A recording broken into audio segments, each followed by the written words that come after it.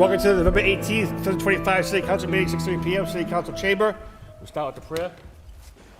Dear God, today's session opens. We pray that your presence will be before us and everyone who serves in the decision-making process of our city. We pray for direction, which lead our city to be strong and unified. May we continue the legacy of our founders. May we be granted this day the wisdom to make decisions which will be for the good of our city. We also pray for your special blessing on all those who transform our city, make it a better place to live and work. Amen. So we salute the flag. I pledge allegiance to the flag of the United States of America, to the republic for which it stands, one nation, under God, indivisible, liberty and justice for all. Mr. Clerk, please call the roll. Councilor Dakota. Here. Councilor Giccia. Here. Councilor Janess. Here. Councilor Mercia. Here. Councilor Noon. Here. Councilor Robinson. Here. Mayor Rourke. Here. Councilor Scott. Councilor Yem. Here. Councilor Belanger. Here. Councilor Chow. Here. 10 present. Vote to silence this evening. Being none, Mayor's Business 2.1, communication for remote Zoom participation. Motion to accept the place on file by Councilor Belanger, second by Councilor Chow. All in favor say aye. Opposed, motion passes. Section 3.1, minutes of the City Council meeting. November 4th for acceptance. Motion to accept the place on file by Councilor Dakota, second by Councilor Giccia. All in favor say aye. Opposed, motion passes. Not being 7 p.m. yet. We'll move on to the Councilor Mercia. Go ahead. Thank you, Mr. Mayor. At a request, if we could suspend the rules and allow the 8.2 loan order to amend the high school project, if that could come in, please. By Councilor Mercia, second by Councilor Yem to 8.2. All those in favor say aye. Opposed, motion passes. 8.2, a loan order to amend Lowell High School project. Just need a motion to refer to a public hearing on December 2nd, 2025 by Councilor Giccia, second by Councilor Dakota. There was a registered speaker there. Mr. Clerk. Kendrick Delorbe. Thank you, Mr. Clerk. For the record, my name is Kendrick Delorbe. I live on Mount Washington Street in the Acre. As you all know, I'm a member of the School Building Committee. I've seen this project on the financial side from the inside for a long time now. Also a Lowell High School graduate, so I've seen the inside of this building and how beautiful it is. We recently took a vote as the SBC to move forward with this. As a taxpayer, as an SBC member, it's a very apprehensive number. I understand that. I understand that as counselors, we don't like to see increases in taxes, increases in budget like this, but I think the fact of the matter is that residents voted for this. I think it's important that we reach the finish line. It's also important to keep in mind that we've already taken out of the furnishings budget towards the end, so we're already missing a lot of financing at the end of this project. So I think it's important that, in all honesty, we move forward. And I'd ask that this council vote yes and trust that this administration has done their due diligence. Trust that Mr. Baldwin has done a great job. Mr. Ball has done an amazing job keeping the SBC updated. And I also trust and thank the construction team for being at least a lot more transparent this time around. So I'd ask that the city council respectfully move yes, and hopefully with the understanding that this is it. Thank you very much. Councilor Robinson. Thank you.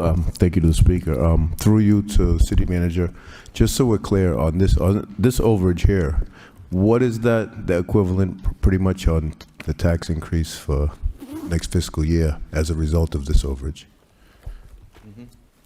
Manager.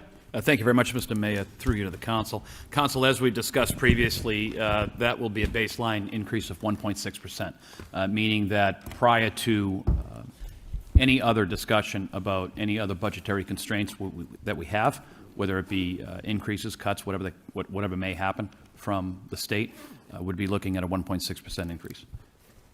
Thank you very much. I think that's important for transparency for the people at home and in the audience. So any proposed tax increase for the next fiscal year, 1.6, is spoken for with this overage. Thank you. Councilor Yem. Thank you, Mr. Mayor. Through you to Mr. CFO, this increase, that we are going to, as a councillor, to vote on, this is in addition to back in June 22nd, about $38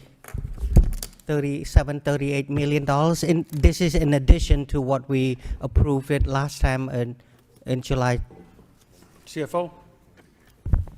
Thank you very much, Mr. Mayor, and so thank you for the question, Councilor. So the vote tonight is to refer the loan order to a public hearing. After the hearing, the council will take a vote on December the 2nd. This order in front of the council is the funding mechanism for the discussion we had in June when the project team came to make the presentation about the cost to the council. There was so the original loan order from 2019 was amended once in March of 2022. This order before the council will be the second amendment to that loan order, the public hearing of which will be on December 2nd. All right. Thank you so much for the clarification, because in the explanation, it sounds like March 22nd, the council approved a $38.5 million due to the COVID cost override. And now we're going to go for another $39 million. Is that the same thing, or is that two different items? CFO. Thank you, Mr. Mayor. Those are two different increases to the loan order. So the March 2022 was related to supply chain issues related to COVID. That order was amended. There was procedural back and forth with the MSBA to amend the budget. This is a project that's funded by the School Building Authority, and so we need their approval as well. There's a project funding agreement that the city has with the MSBA. This will be a second one related to some of the slab work that was discussed in June with the council. Thank you. That's what my point is, so the people at home understand that back in then the COVID, the cost overrun, and the council vote to increase that amount. And this is the second increase due to the building, 1922 building, the foundation and all that was presented to the council. So just one people at home to understand there are two increases in the high school. But thank you so much for the clarification. Just for referral again, this is going to a public hearing on December 2nd. So, Councilor Janess? Thank you, Mr. Mayor. Just a quick question through here to the administration. The 1.6%, is that for the entirety of the debt for the school building project, or is that specifically for this increase? Mr. Manager? CFO? Thank you, Mr. Mayor, and thank you very much for the question. So the 1.6% that the city manager referenced represents the additional tax increase related to this component of work. It's important to remember that we have not run out of money, and so we're still spending against the original $380 million loan order. The additional amounts to be borrowed will come at the end, and so the tax increase will come as the city issues bonds to finance the cash flow of the project. We did just issue $25 million in bonds this past fall, so some of that increase will come onto next year's tax levy, but it will continue to layer on the tax levy as the money is spent on the project. I hope that provides some context, Councilor. Mr. Manager wanted to say something. Thank you very much, Mr. Mayor. Council. Sorry about that, Mr. Mayor. To the council. So being more direct, I think that this year coming, to Councilor Robinson's point, it'll be a 1.6%. We will see other debt, as other debt comes on, we will see other percentages increase throughout FY 28 and 29, I believe. Once again, this has been going on for over 10 years, over a decade. There are many ways we could have done this, but now I guess the easiest way to say it is this is now starting to come online, so therefore the payments are now coming due. So my point to Councilor Robinson hopefully was taken. The 1.6% is just for that particular overage that we have currently right now. That is going to be before any other cost of paper towels or anything else that may increase throughout the cost of doing business in a regular manner. Thank you. Councilor Dakota? Thank you, Mr. Mayor. Just for my own edification here, with this loan order, does this take into account the Colburn Hall building, which has not been started yet? And that is the oldest building. I see Mr. Dowd here, so he may be able to answer that, but I just want to feel warm and fuzzy about this, that we're not going to be putting a third amendment out there. Public hearing on December 2nd. Mr. Dowd? Good evening. Councilor, we did factor in the amount, the burn rate of contingency and for the remainder of the project, and it anticipates the Coburn Hall building. We haven't started into that building, so we don't know what is going to be unforeseen, but we have contingency for that. In nature of renovation, you don't know what you're going to run into, but we do have contingencies for that, and the goal is to not come back for additional funding.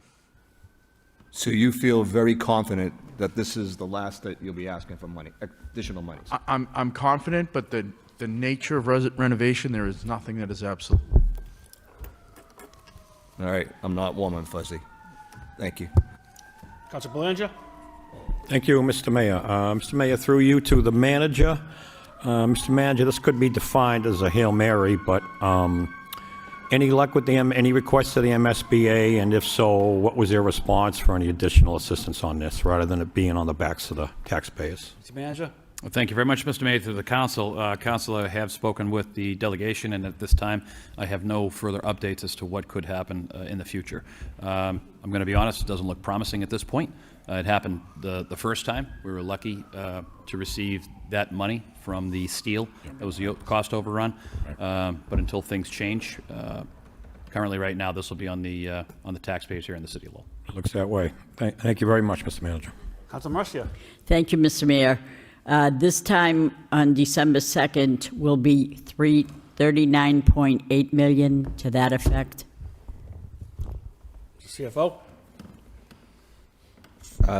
Mr. Mayor, the amount of the loan order is $39,850,848. And what was the first amount?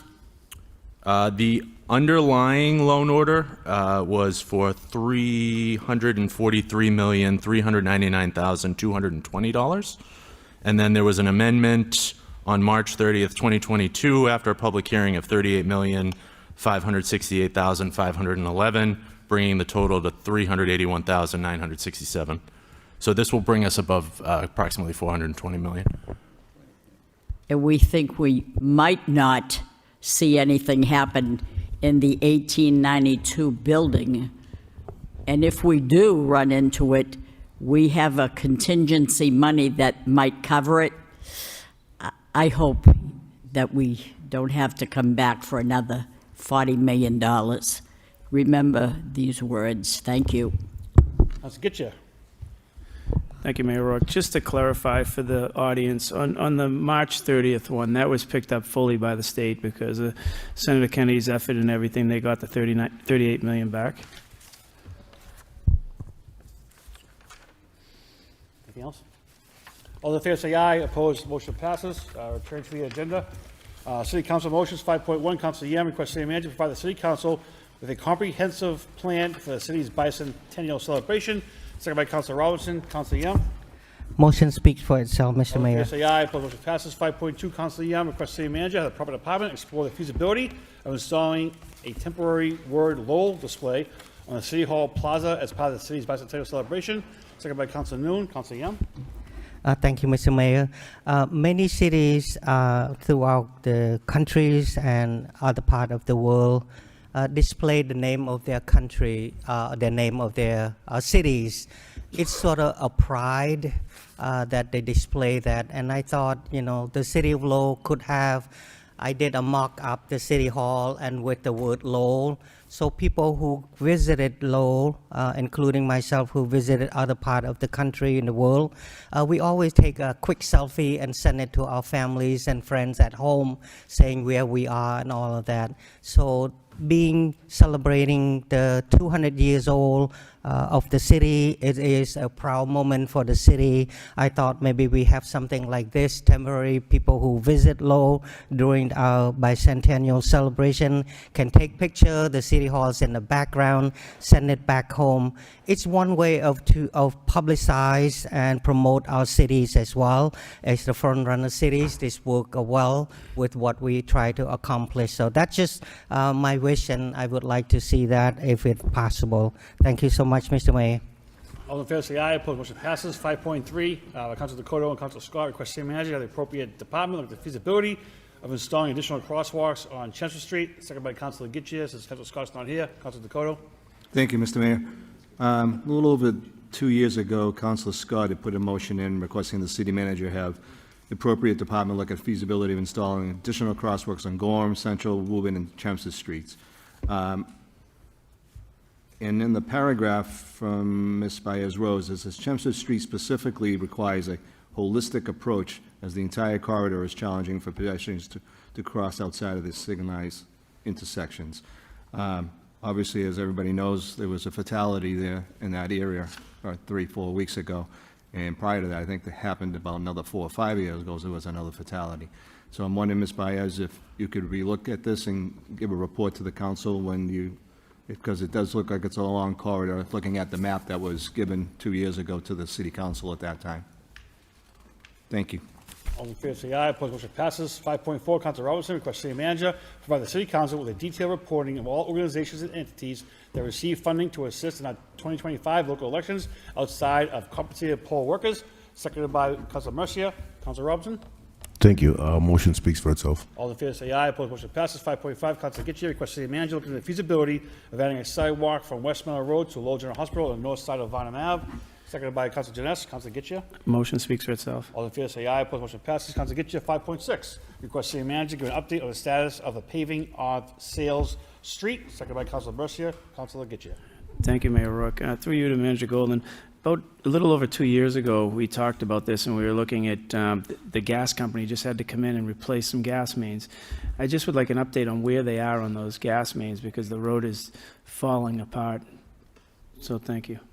All in favor, say aye. Opposed, motion passes. 5.7, Council Getchia, request city manager increase the lighting on Jackson Street between 200 and 300. Seconded by Council Janess. Council Getchia. Thank you, Mayor Rourke. I attended a meeting down there last week, and it is hard to even see the hand in front of your face when you're in front of the charter school down there. It's really dim lit on one side, and the other side has absolutely no lighting. And now that it's getting dark and you have after-school activities from the charter school and everything, the sports, and they're looking at more things down there, activities, it's extremely, extremely hard to even see in front of your face, and you got kids running around.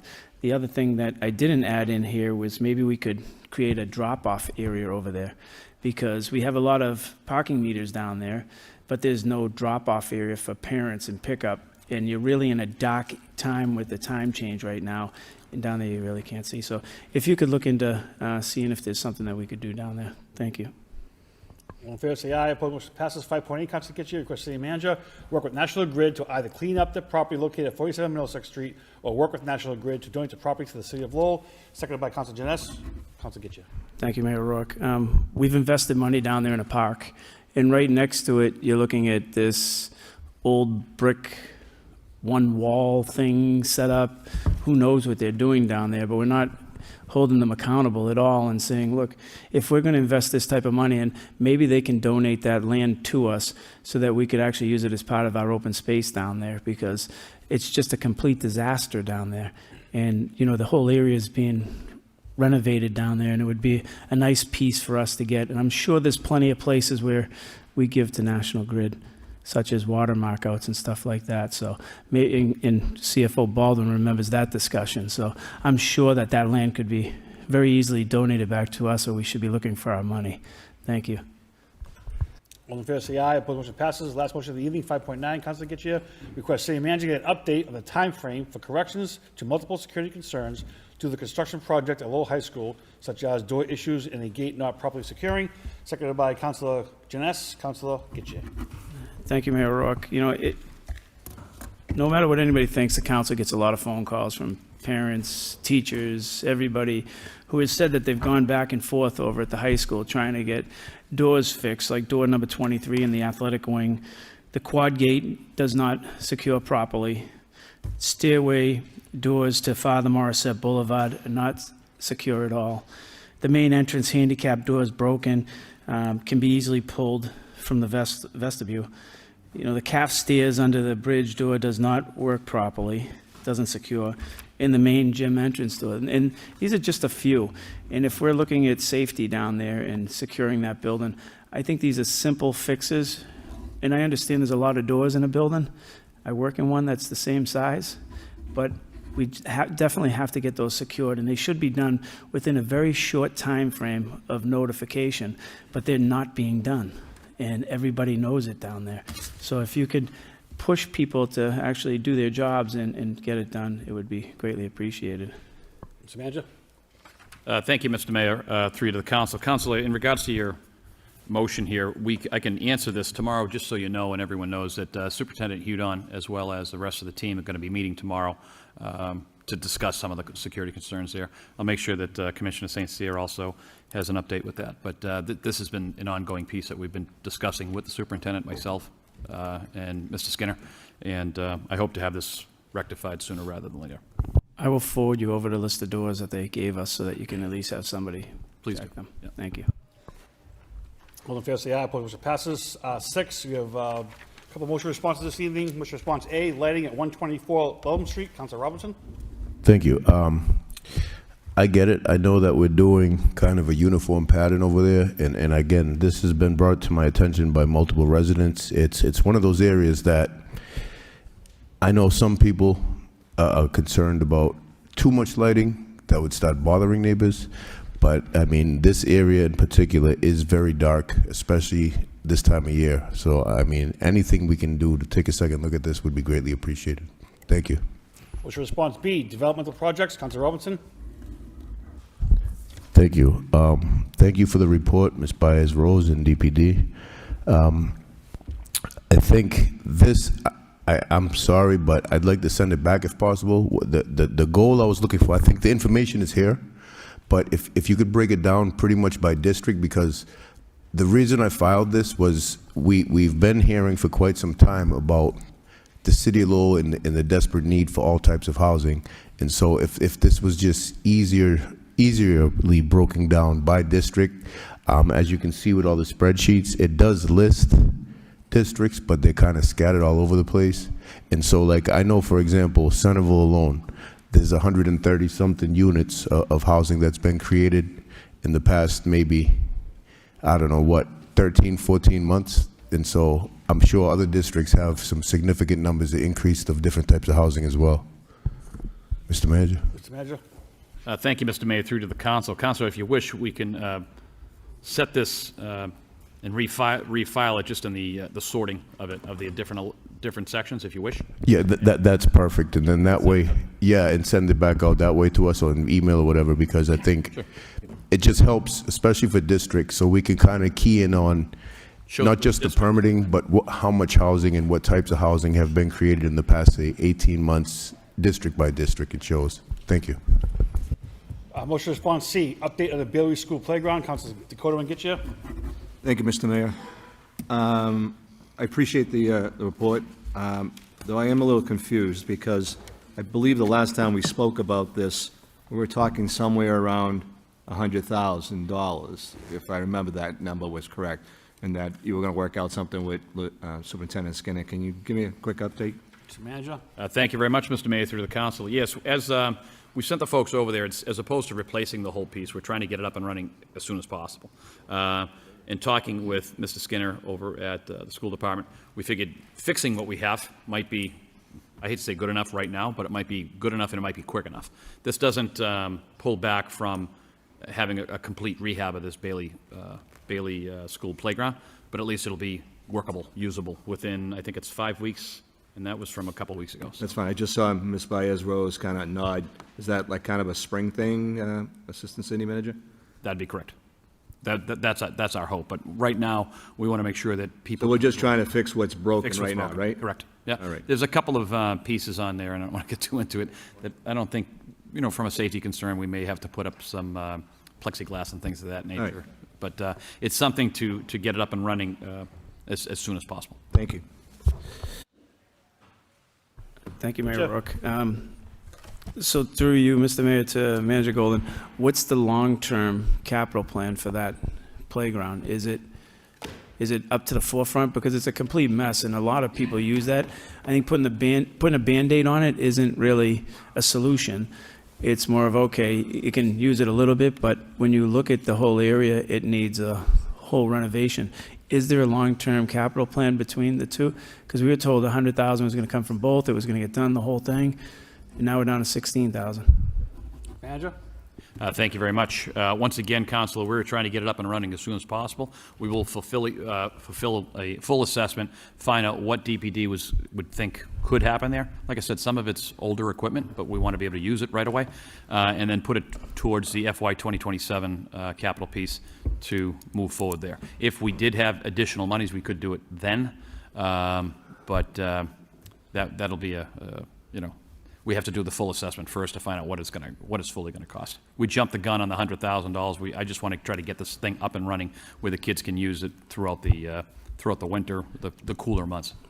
So could you provide us a report saying what the plan is As soon as we do the assessment, yep. in the next month or so? Because I'm trying to figure out where we're going with this. I thought we already had an assessment, and that's how we came to those figures of those numbers that were thrown at us, not only from you, Mr. Manager, but from the superintendent of schools. They said that everyone was working together. We have a number. Here's what it will cost to replace everything. And now I'm hearing that wasn't the case. We were just throwing a number out there. And This, once again, is one of those, we've talked about this on the floor, Counselor, that this is one of the schools has control over this particular one, and I don't know why. That happened many years ago, where we have a number of playgrounds that are controlled by the schools. The other playgrounds are controlled by the city.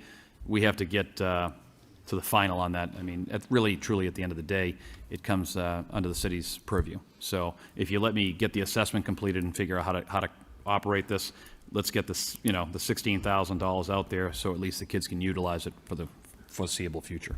through you to the DPD, do you have how long one of these studies takes to get back?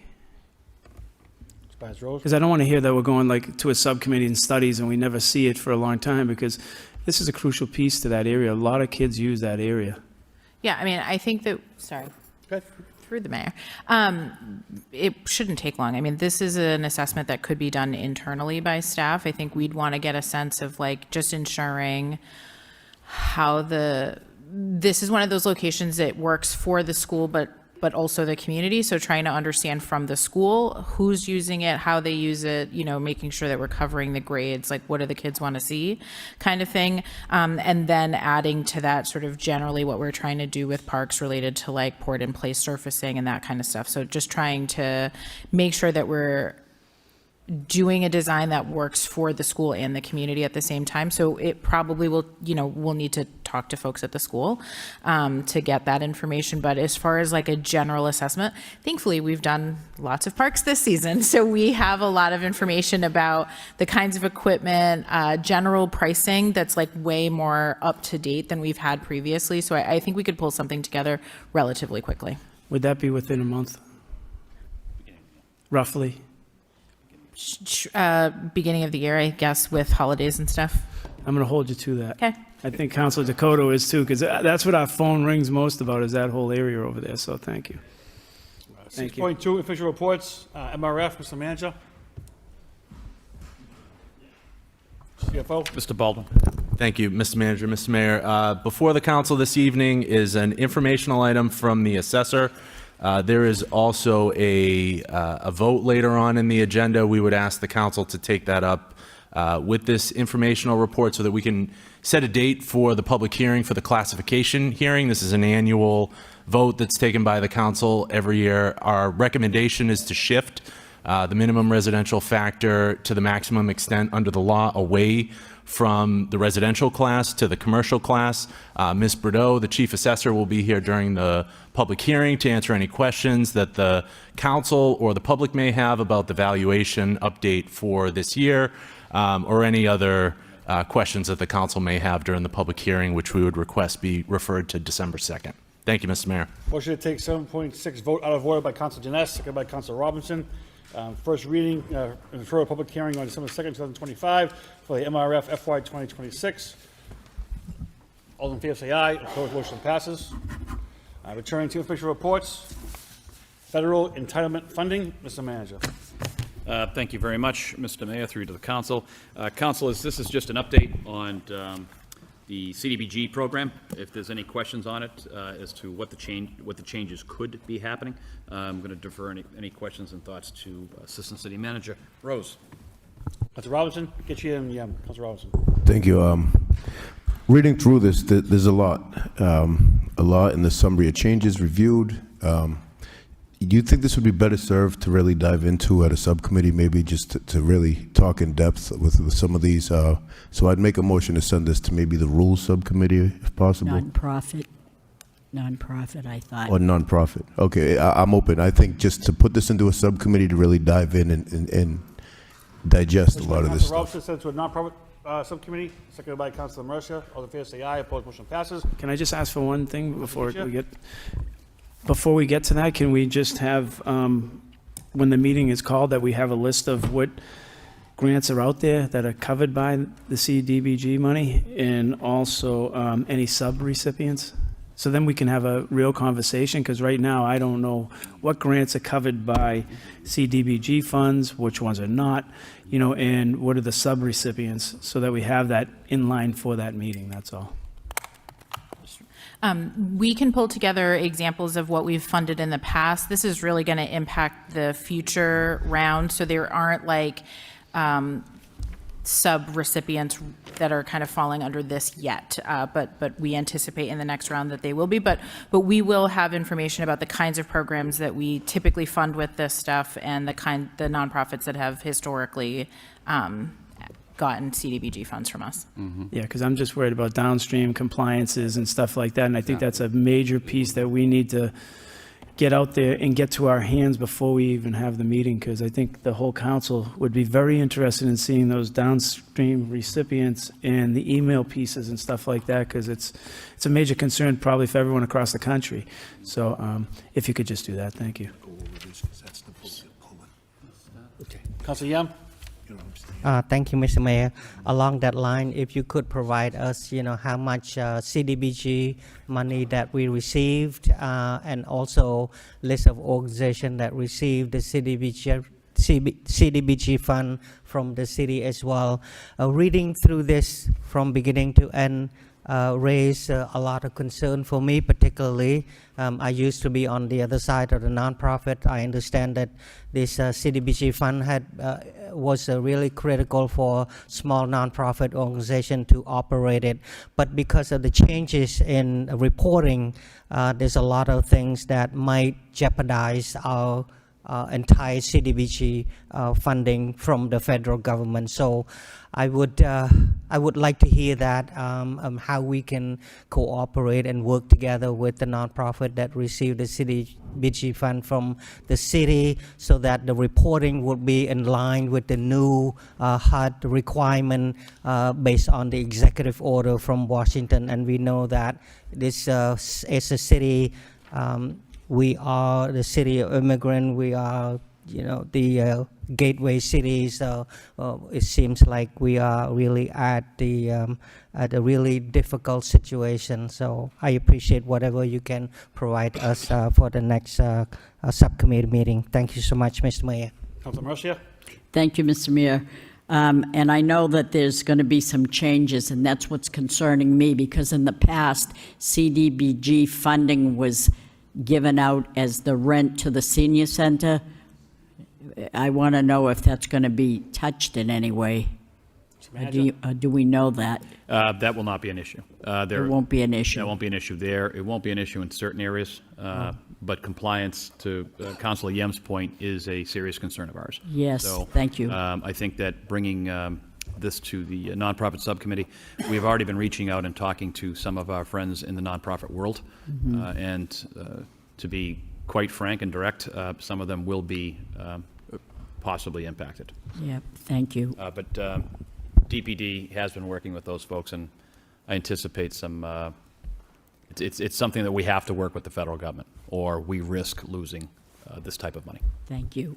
Councilor Noon? Thank you, Mr. Mayor. Give this report the directive from DC as to, what not no longer receive the grant. Maybe the directors of the DPD director could give us a list of organizations that normally receive CDBG grant, and with this directive, what impact will that have on them? And send it maybe to the subcommittee prior to the meeting, so that we can have a dialogue on it. Thank you. Moving on, real quick before we take the public hearing, the official report on the MSBA invite, along with the 8.1 loan order has been pulled, and it will be at the next council meeting, CFO, is that correct?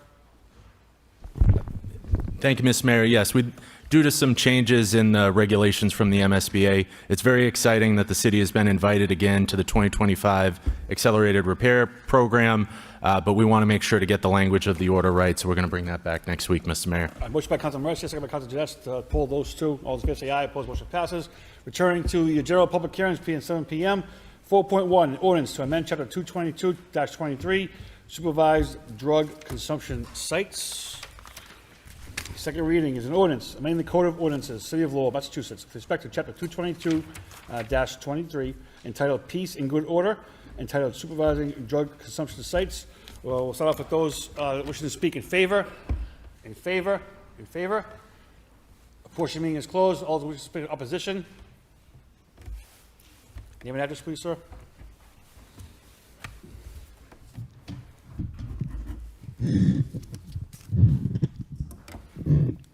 Hi, all. My name is Ryan Oates. I'm at 327 Aiken Street in Lowell. That's right, 327. Yeah, we just recently moved.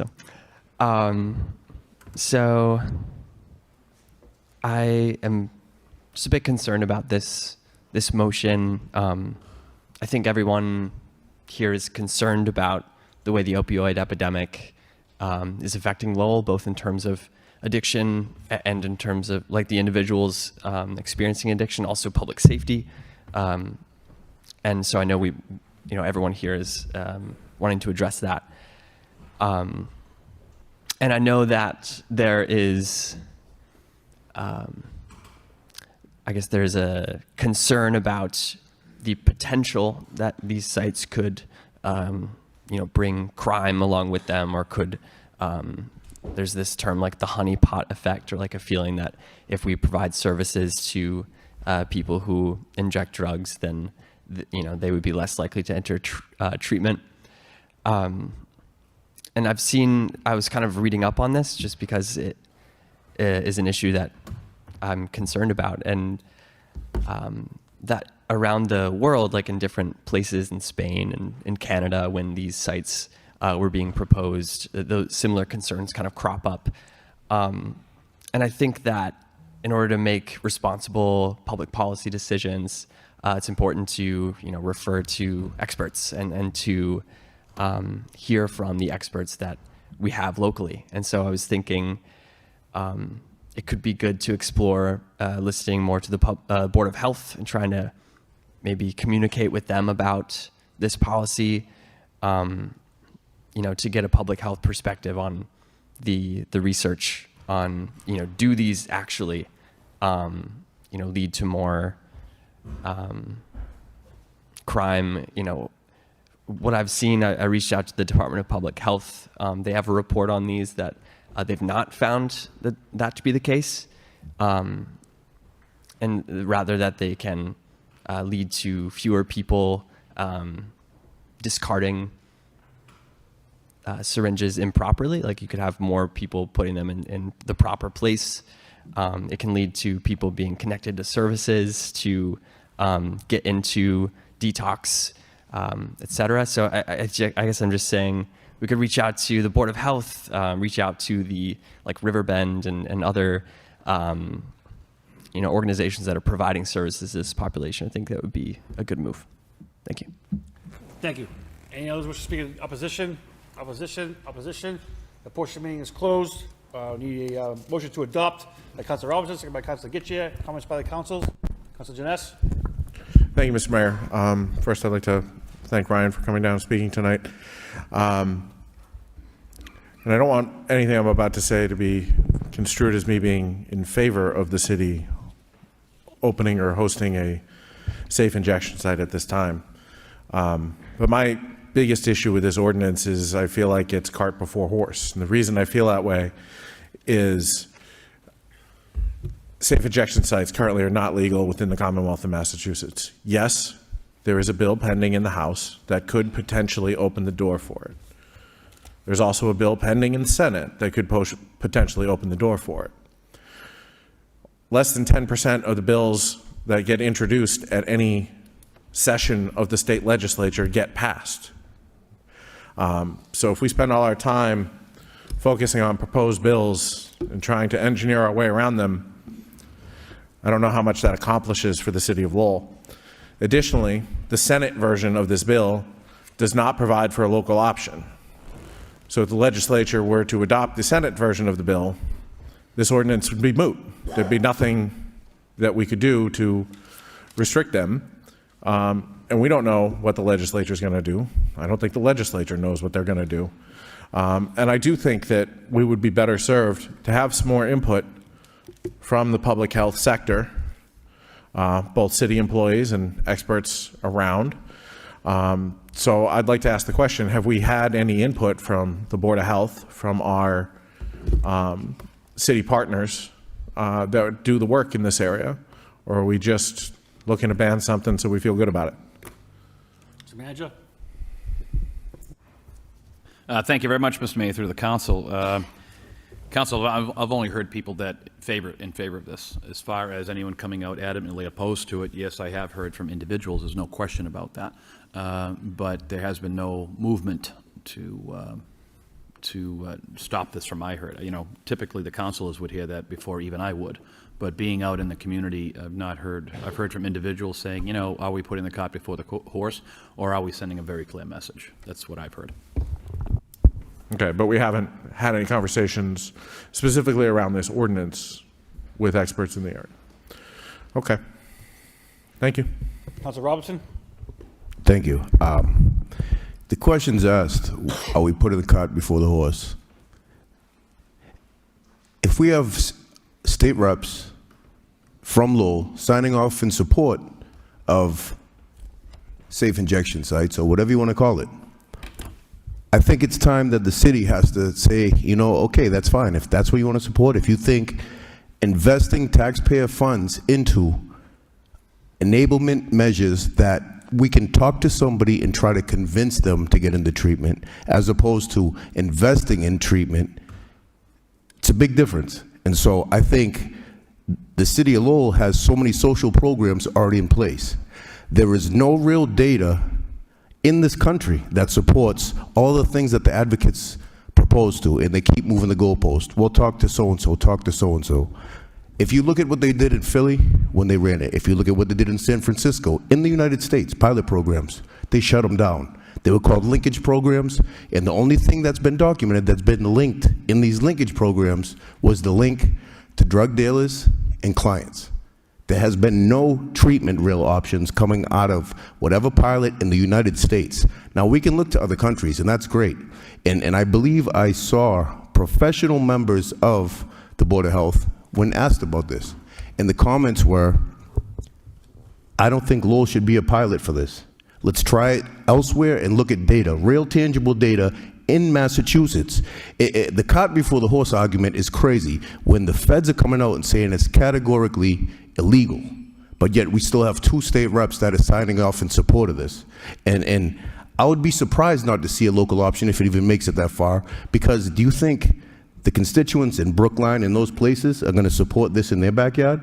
Because I'll tell you what, I don't think Lowell is looking to be a champion pilot program of allowing people to use illegal substances while we try to convince them to get into treatment.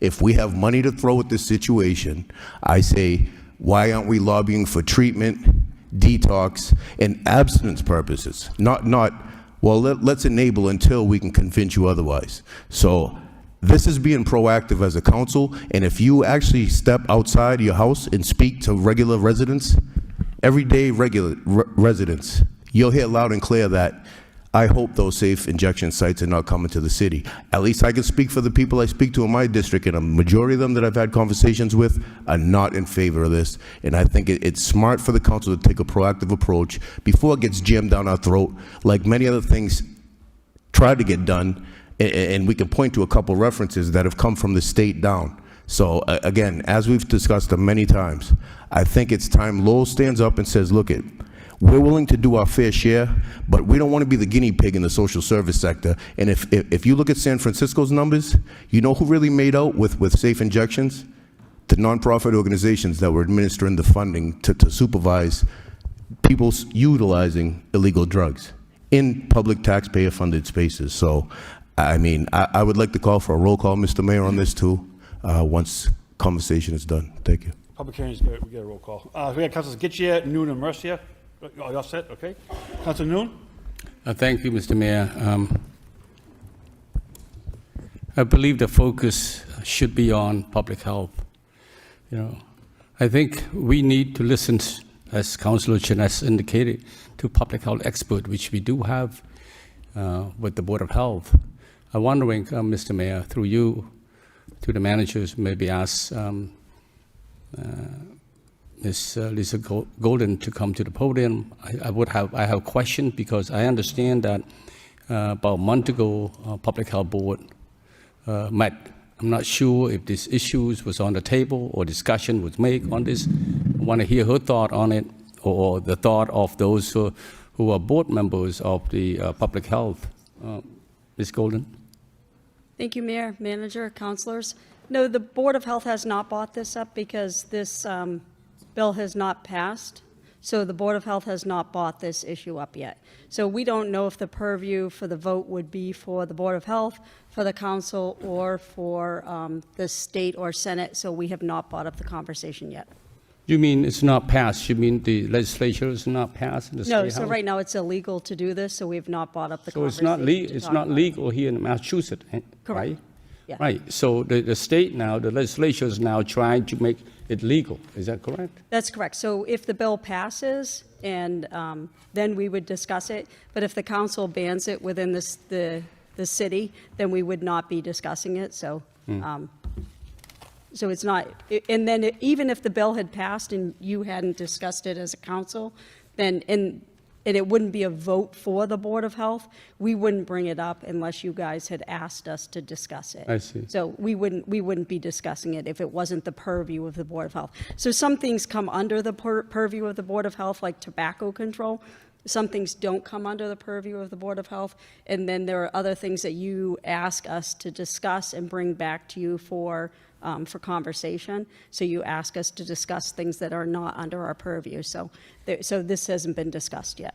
Direct discussion was not made. Was there any indirect thinking about what impact would this have, or what good There is has this? been a little bit, because there's the syringe service programs, and then there's a little bit of conversation with the overdose prevention centers.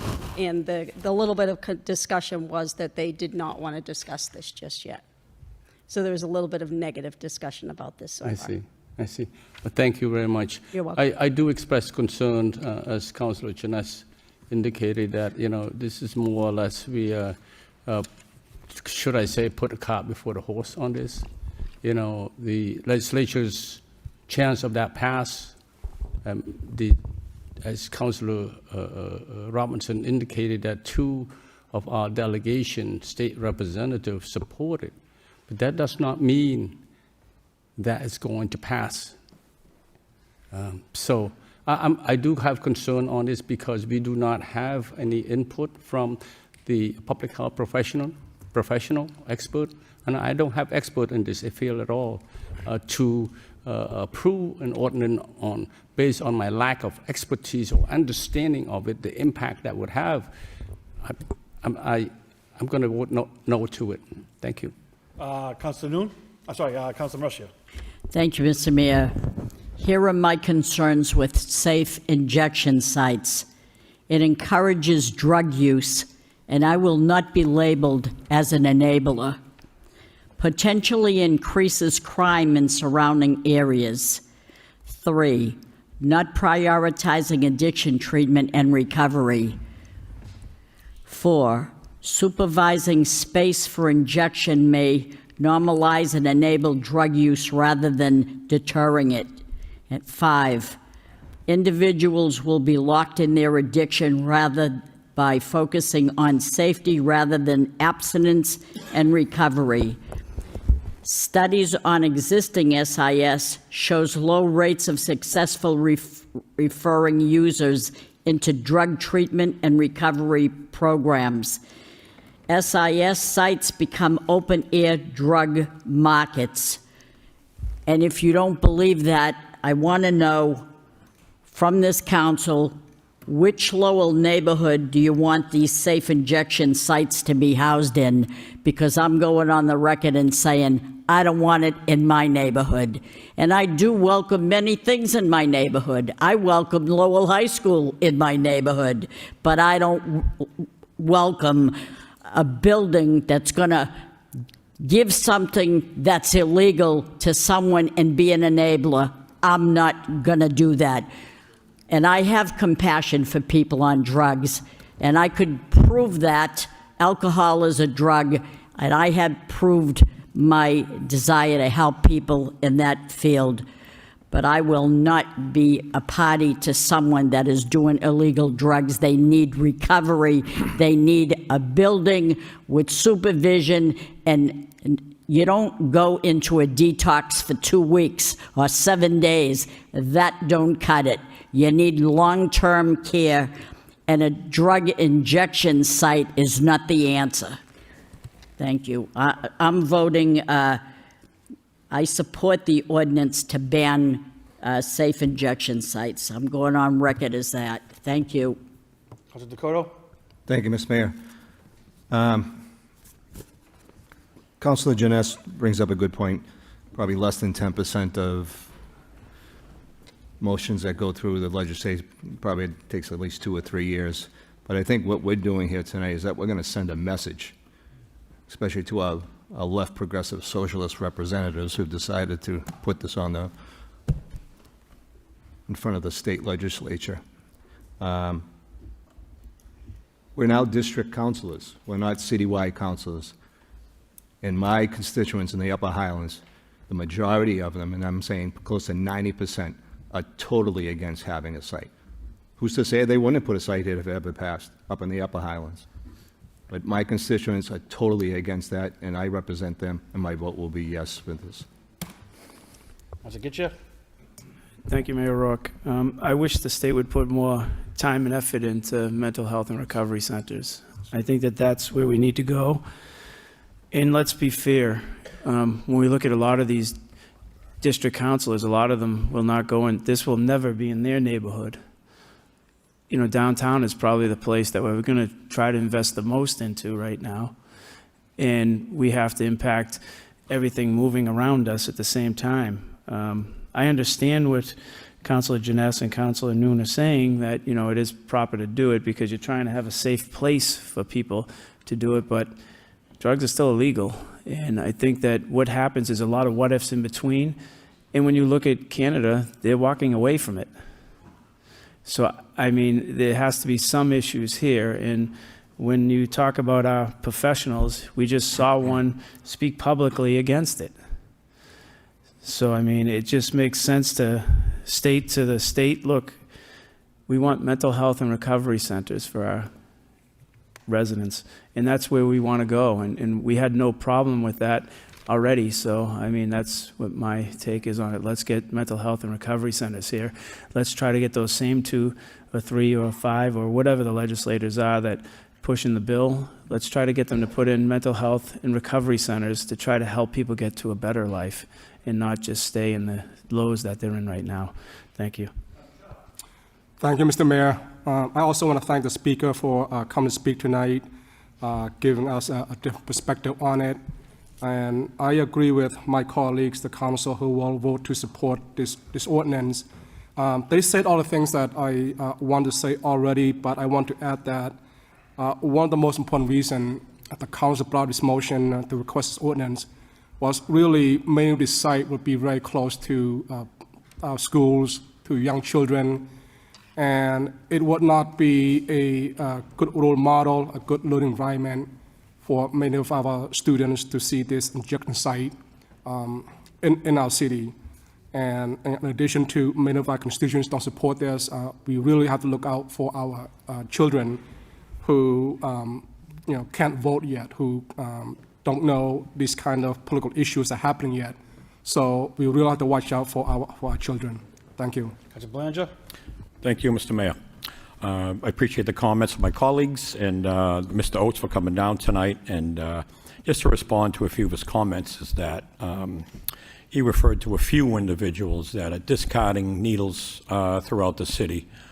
Well, we're finding approximately 17 to 18,000 needles throughout the city in the course of a calendar year, including 2 full-time taxpayer-funded needle syringe coordinators that are picking these needles up, that have been very busy as of late. And the idea is, yes, as Councilor Jeunesse stated, yeah, absolutely. The idea is to get ahead of this. Because I believe with this legislature, it's coming. It's coming for sure. And I want to send a strong message to them that we don't support this. In the opinion of a health professional in this field, I'm not interested, because seeing is believing. I've seen the carnage in the last approximate 2 decades, the loss of life, our small business community that has deteriorated in our downtown, the quality of life issues to our residents and our small businesses throughout the whole city has been detrimentally affected due to drug use. And now they want to go this route of permanent drug use. That's okay, just walk in to offer services. Well, let me reflect on that just a minute if I could. Services are all over the place if you so choose to accept them. The co-op team is out there every day confronting these individuals, asking for help if they're ready. Unfortunately, a significant percentage refuses to help. So there are services all over the place if someone chooses to get help. So the fact that this is an outlet for them to get help, I don't buy it. So I see nothing positive coming from this, and I appreciate my colleagues for bringing this forward. As far as safe injection sites, thank you. No. Thank you, Mr. Mayor. Roll call, Mr. Clerk. Yes, Councilor Jeff. Go ahead. Thank you, Mr. Mayor. I just want to take a moment to clarify my position here. I am in no way supportive of Lowell being a pilot site. We do not have the bandwidth to be the guinea pig on this. We do not have the expertise, the funding, the wherewithal to be able to be on an island doing this. There's no way that the city of Lowell should be the first one out of the gate to try something like this in the Commonwealth of Massachusetts. And I fully agree with everything everyone has said about the opioid situation in this city. It is not a tenable situation. None of us like where we are and want to improve. My problem is that this ordinance does no improving at all, because it just bans something that's already illegal. So if we're going to just ban things that are already illegal, we could be here all day. It's pretty clear what the will of the body is. So, you know, I'm disappointed to hear from Ms. Golden that the Board of Health won't talk about it if we ban it. That's unfortunate, because I do think there's something to be gained by further conversation here. So that's, you know, that's unfortunate, but I definitely understand that no one is clamoring to have a safe injection site in the city of Lowell right now. I just don't think this is the best way to approach it. Thank you. Roll call, Mr. Clerk. Councilor Dakota. Yes. Councilor Giccia. Yes. Councilor Jeunesse. No. Councilor Mercia. Yes. Councilor Noon. No. Councilor Robinson. Yes. Mayor Rourke. Yes. Councilor Scott. Councilor Yem. Yes. Councilor Belanger. Yes. Councilor Chow. Yes. Motion passes. All set, Mr. Clerk? All set. We got one more, 4.2, ordinance to amend chapter 176, rental property, the second reading. By title, an ordinance amending the Code of Ordinances of the City of Lowell, Massachusetts with respect to chapter 176, article entitled rental property. We'll start for all who wish to speak in favor, in favor, in favor. The portion of the meeting is closed. All those in opposition, opposition, opposition. The portion of the meeting is closed. The motion to adopt by Councilor Mercia, second by Councilor Yem. Roll call, Mr. Clerk.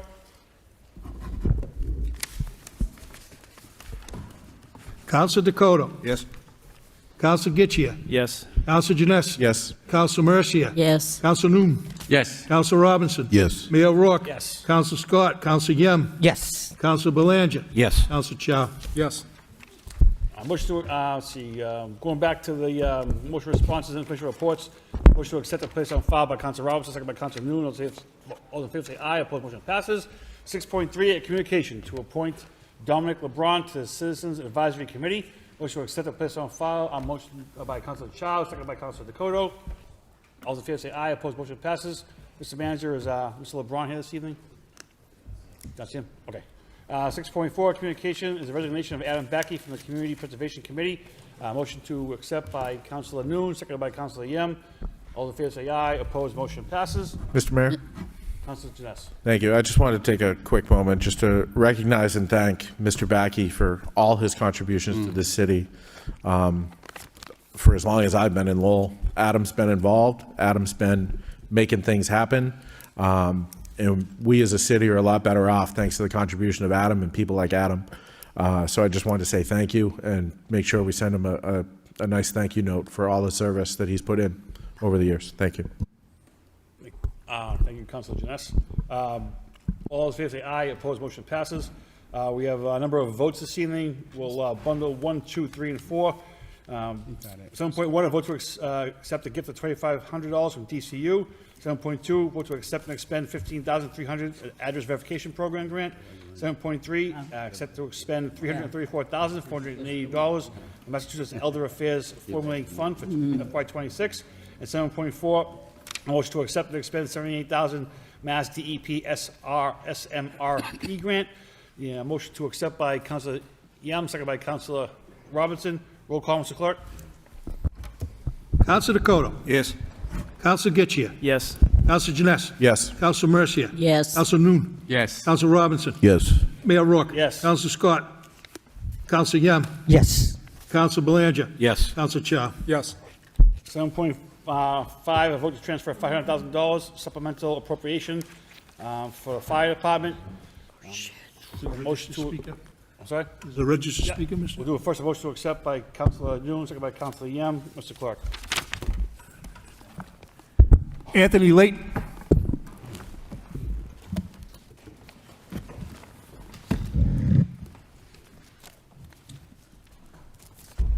Good evening, Mr. Mayor. Good evening, Mr. Manager, City Council. I would be remiss if I wasn't to come up here and give my thoughts and some of the opinions I have on some of the conversation that is now going to be under consideration. Before I start that, I want to at least applaud this City Council that we have had 0 brownouts, and we have been so appreciative to what that service has allowed our community to receive, and that's safety.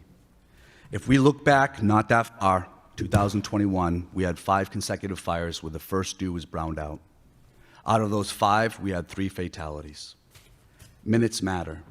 As we speak right now, we have companies still cleaning up. There was a 2-alarm fire today at Westminster. There was a rescue being made. That individual went to the Boston facilities, and that's because Engine 3 and Rescue 1 rose to the occasion and fulfilled their obligation. When we just look even a little further, and I don't mean in time, I mean in distance, we have Chelmsford that also had a fatality because of staffing issues. We look a little bit further out and we see Fall River, same fatalities because of staffing issues. Now, I could come up here and tell you that NFPA standards in a city of our size and manning at 4 per truck. But what I'm saying here is that what you've afforded us was the ability to do our job correctly, to make sure that when we talk about not closing of houses but individual apparatus, we're talking about Westford Street, where we had one of our firefighters commended as Firefighter of the Year, going as a ladder company and rescuing one of the residents where there was a resident, unbeknownst to us, right behind him who unfortunately succumbed to the fire.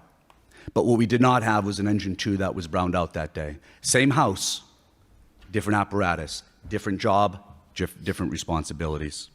What I'm also hearing is the other additional resources that we provide for this city. Quite interestingly enough, I'm going to segue right into the conversation we just finished. So I can speak on as far as fire prevention. They're doing inspections, not only just around the city, but they're also doing it for homes that are being bought and sold on smoke detectors, which I could go on for days about because that's the very position I fill. So let's talk about the other 2. You want to talk opioids? I sat in that very chair as the mayor of the day. And for those city council that were here, I proposed a motion for a program that I personally created out of the Lowell Fire Department Community Education Program. It's called COPE, Community Opioid Prevention and Education. Not only has this been well received, but I've taught it at multiple conferences for the Department of Fire Services, and I've had other departments now taking our material that derived itself from Lowell, the pride of what we've all worked for, and have now disseminated it throughout their departments. This is our gem. Community is what we stand for. Just alone, I lost a brother myself to opioids. Clean injection sites is not the question. I have been a peer supporter to the Critical Incident Stress Management Team for 10 years for the state. I also did it in the Marine Corps. I'm also a recovery coach for addiction. I deal with these individuals. I deal with the facilities that we send, quite a few, and sometimes our own too. We need more education, so let's talk about education. The average use of opioid use is 14 years old. So when I made that motion, and by the way, it was unanimously decided upon this city council and school committee to pass forward, I met with Dr. Boyd. Dr. Boyd was so intrigued in what we were talking about, I want you all the way down to my 7th grade and up. So we've now been implementing it at the high school level, 600 students alone. I just finished last week at the Middlesex Academy doing not only fire safety, but opioid outreach. If we don't start with educating our youth through these programs that are free to our city, then shame on us for talking about finding clean injection sites when we should be trying to get ahead of it with education, prevention, being proactive. Now, as a fire department, I can sit up here as the president of this union, Local 853, and proudly I stand here as such, but I more proudly stand here as a resident of Lowell for over 20 years, once of Christian Hill, and now I proudly reside at 118 Wentworth in Belvedere. And I have heard so many different discussions in different neighborhoods, but the common theme is community. And now that I am gone from one community to the other side of the city, to see the overwhelming support that we've had for conversations such as keeping Lowell Fire open, it shouldn't be a matter of this or that. Should we get rid of some of our social programming to keep all of our trucks open? Now, we can get into budget concerns, but I'm sure that will be decided and discussed with other people besides myself. But what I can speak on is the commitment that our firefighters had during COVID. We don't care what it is you throw at us. We don't care what the challenge is. The alarm rings, we get there. And there's different dynamics of this job. And just myself, because I can intelligently speak on it, we've taken community education and evolved it to surpass anything in any area around us where we're continuously being contacted by other fire departments. Just today, and this has happened many times, just today I visited one of our local schools so I can address one of their students that has already started lighting fires. I will continuously meet with these students because if we don't get ahead of it through fire safety and through opioid outreach, then shame on us when it becomes a problem. Just today we had newcomers coming down to Civic Center, newcomers to this country, to this community, because I sit here as an immigrant son myself. And we went there with people that were just learning our language, but it behooved the community that they come to us to get fire education. Why is that important? Because they're coming from areas where regulation and code are not upheld like we do here. And it was so well received, and now they're going to go home to their family and friends and disseminate that information. Look at Maud Street. We weren't able to get people the education they needed, and we lost a 4-year-old girl. I attended that fire. I was there going through the rubble on my hands and knees looking for her. I've lost a brother to opioids. I don't know how much more experience I have to tell you that these resources cannot be this or that. It doesn't go from one hand to keep the other hand open. If we have it within our budget that we've had for the last couple of years, and we can foresee what we're looking at as our challenges, opioids aren't going away, they're increasing. Fires are not going away. Do you know that the average fire now doubles in size every 30 seconds to a minute because everything is petroleum-based, plastic, just like the clothes you're wearing, just like everything in this room. Because now nothing is compartmentalized, it's all open concept, fires are burning at a speed that 2 minutes is the average time to get out. Because we're looking at smoke explosions, and we're looking at different aspects as far as when we're looking at how to get out, what to do, when to get out, people are going back inside the building. I think we can look back at Branch Street. She went back in for her cat. Her cat was outside, and she did not make it out of that fire on Branch Street. When we look at the challenges we're facing, it's education and being proactive. So I stand here and proudly say, as a resident, I don't want to brown out in my neighborhood.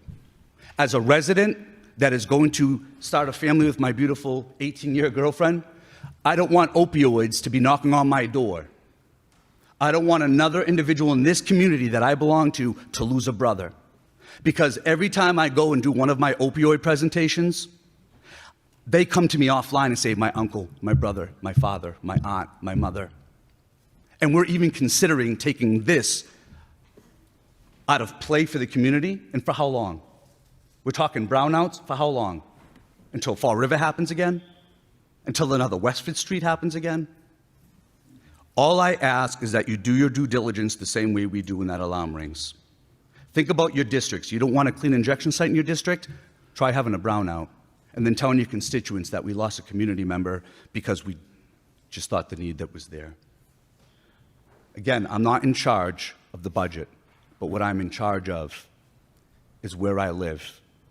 And if I can go ahead and transfer how I feel strongly about my community, who I'm not originally from, but I embrace it like now it's my own, as if I was born here, all I ask is that you have the same passion and you have the same knowledge that we sent out for you to read, for nothing more than we have services free to the public, arson investigators that are going to make sure they do their job, co-op team that gentleman is in the trenches every single day, going out and meeting the people that everyone walks by and discards, push off their stoop, get away from our business, and they're making contact. We don't want to hear about it until it affects our family. Well, this is my family. This community is my family, and I will not lose another family member. So I sit here and I ask you in my closing, please take into consideration the services that you're about to discard, brown out, or reassign, because the consequences we've already suffered. We haven't had a fatality since we've had everything open. Our numbers are going down on young age opioid use. It's being so well received, other schools are asking me to bring it in. Now I'm going into my cold season. It's our senior season. Are we now going to discard our seniors? Are we not going to have fire safety for them? Are we not going to have opioid outreach? Are we going to have insufficient people to do fire prevention when I feel they already have an overburdened caseload? Or are we going to look at one of these individuals and say, your house is, your piece is shut down today, and that community will not be covered? But again, I stand here and applaud you because our fleet has been replaced. I am so fortunate, Mr. Manager. I know that we're putting money into infrastructure. I'm so pleased and proud to know that you're my city council and that this city manager, since my over 20 years of living here, has probably been the best city manager I've ever lived under as far as what he does for this community. All I ask is you take my words into consideration, apply them to whatever conversation comes next, and we try to find a way to keep not only all of our companies open, but all of our services that we give to this city because we care. Thank you. Chief?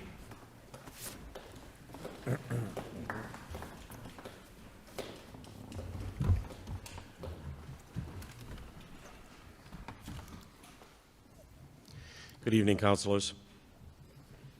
After an assessment of the Lowell Fire Department's overtime spending, at the current rate, we believe we will not be able to reach the end of the fiscal year.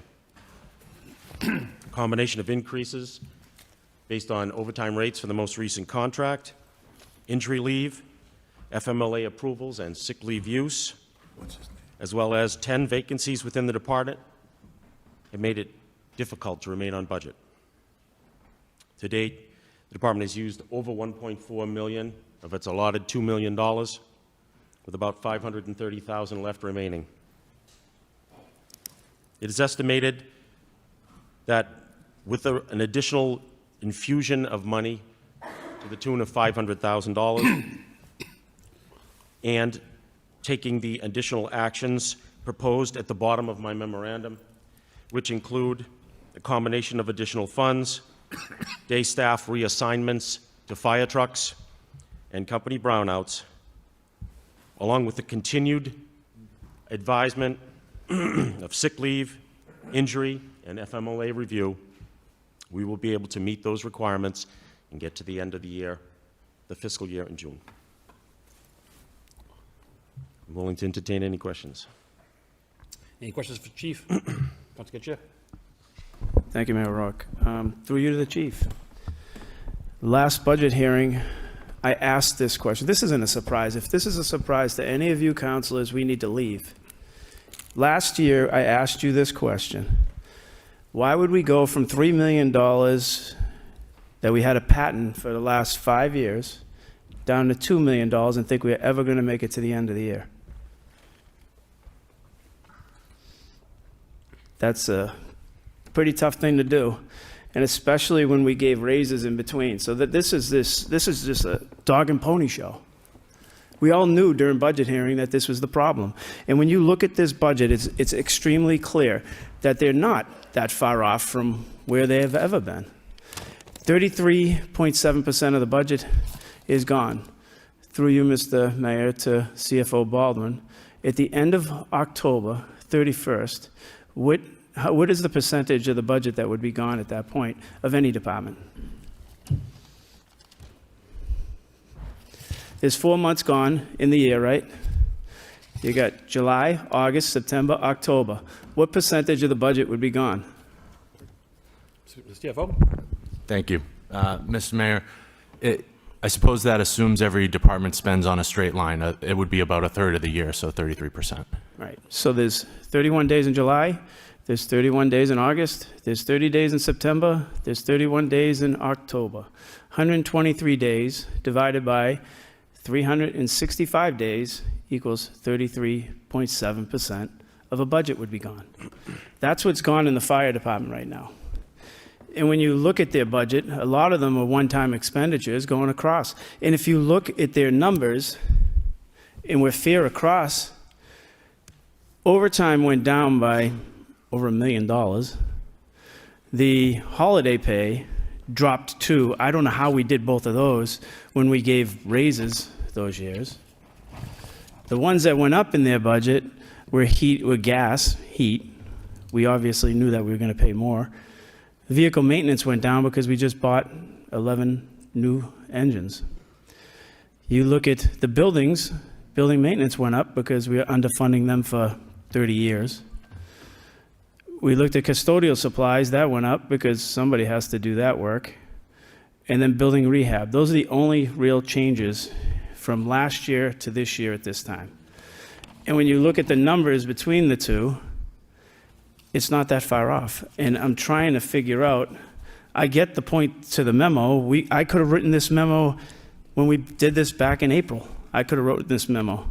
I could have written this memo in May, June, and then July 1st came in. We all knew.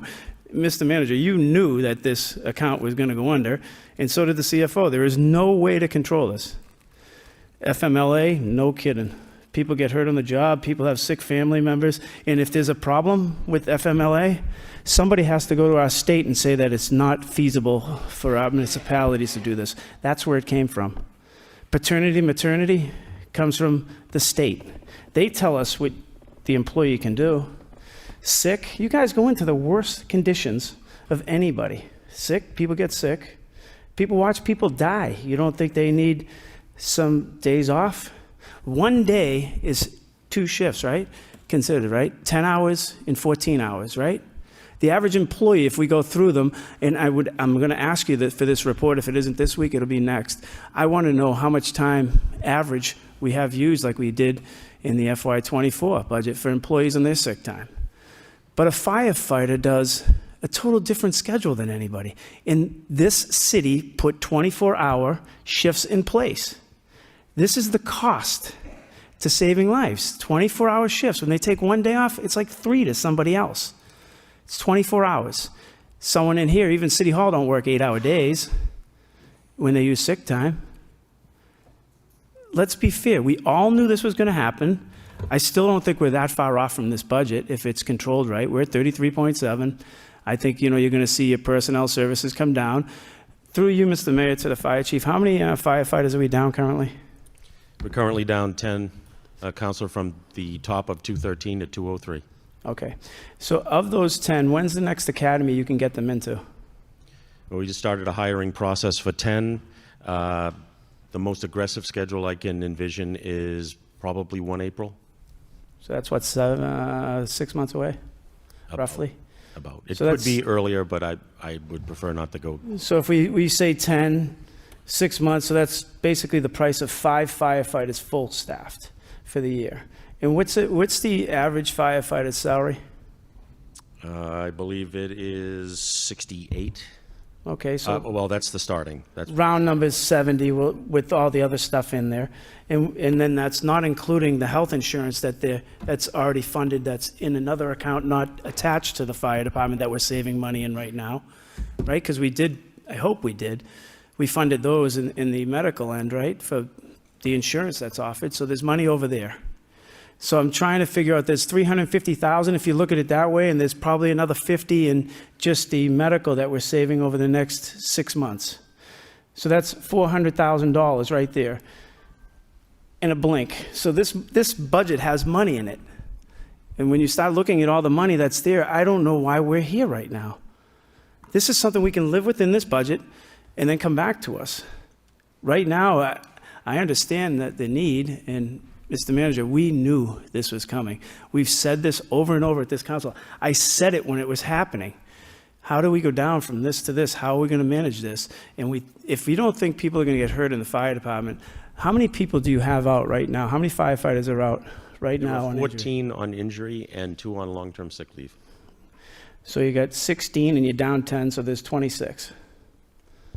And now they want to close companies? I just think as an option, and I'm not saying you're saying that, Mr. Manager, at all, as an option, I think what this fire department does for this city is unprecedented. When you look at all the Narcan and everything, we have people talking, safe injection sites right now and other things, and the topics there. These guys go out every day and hit people with Narcan over and over again. Some people more than once in a day.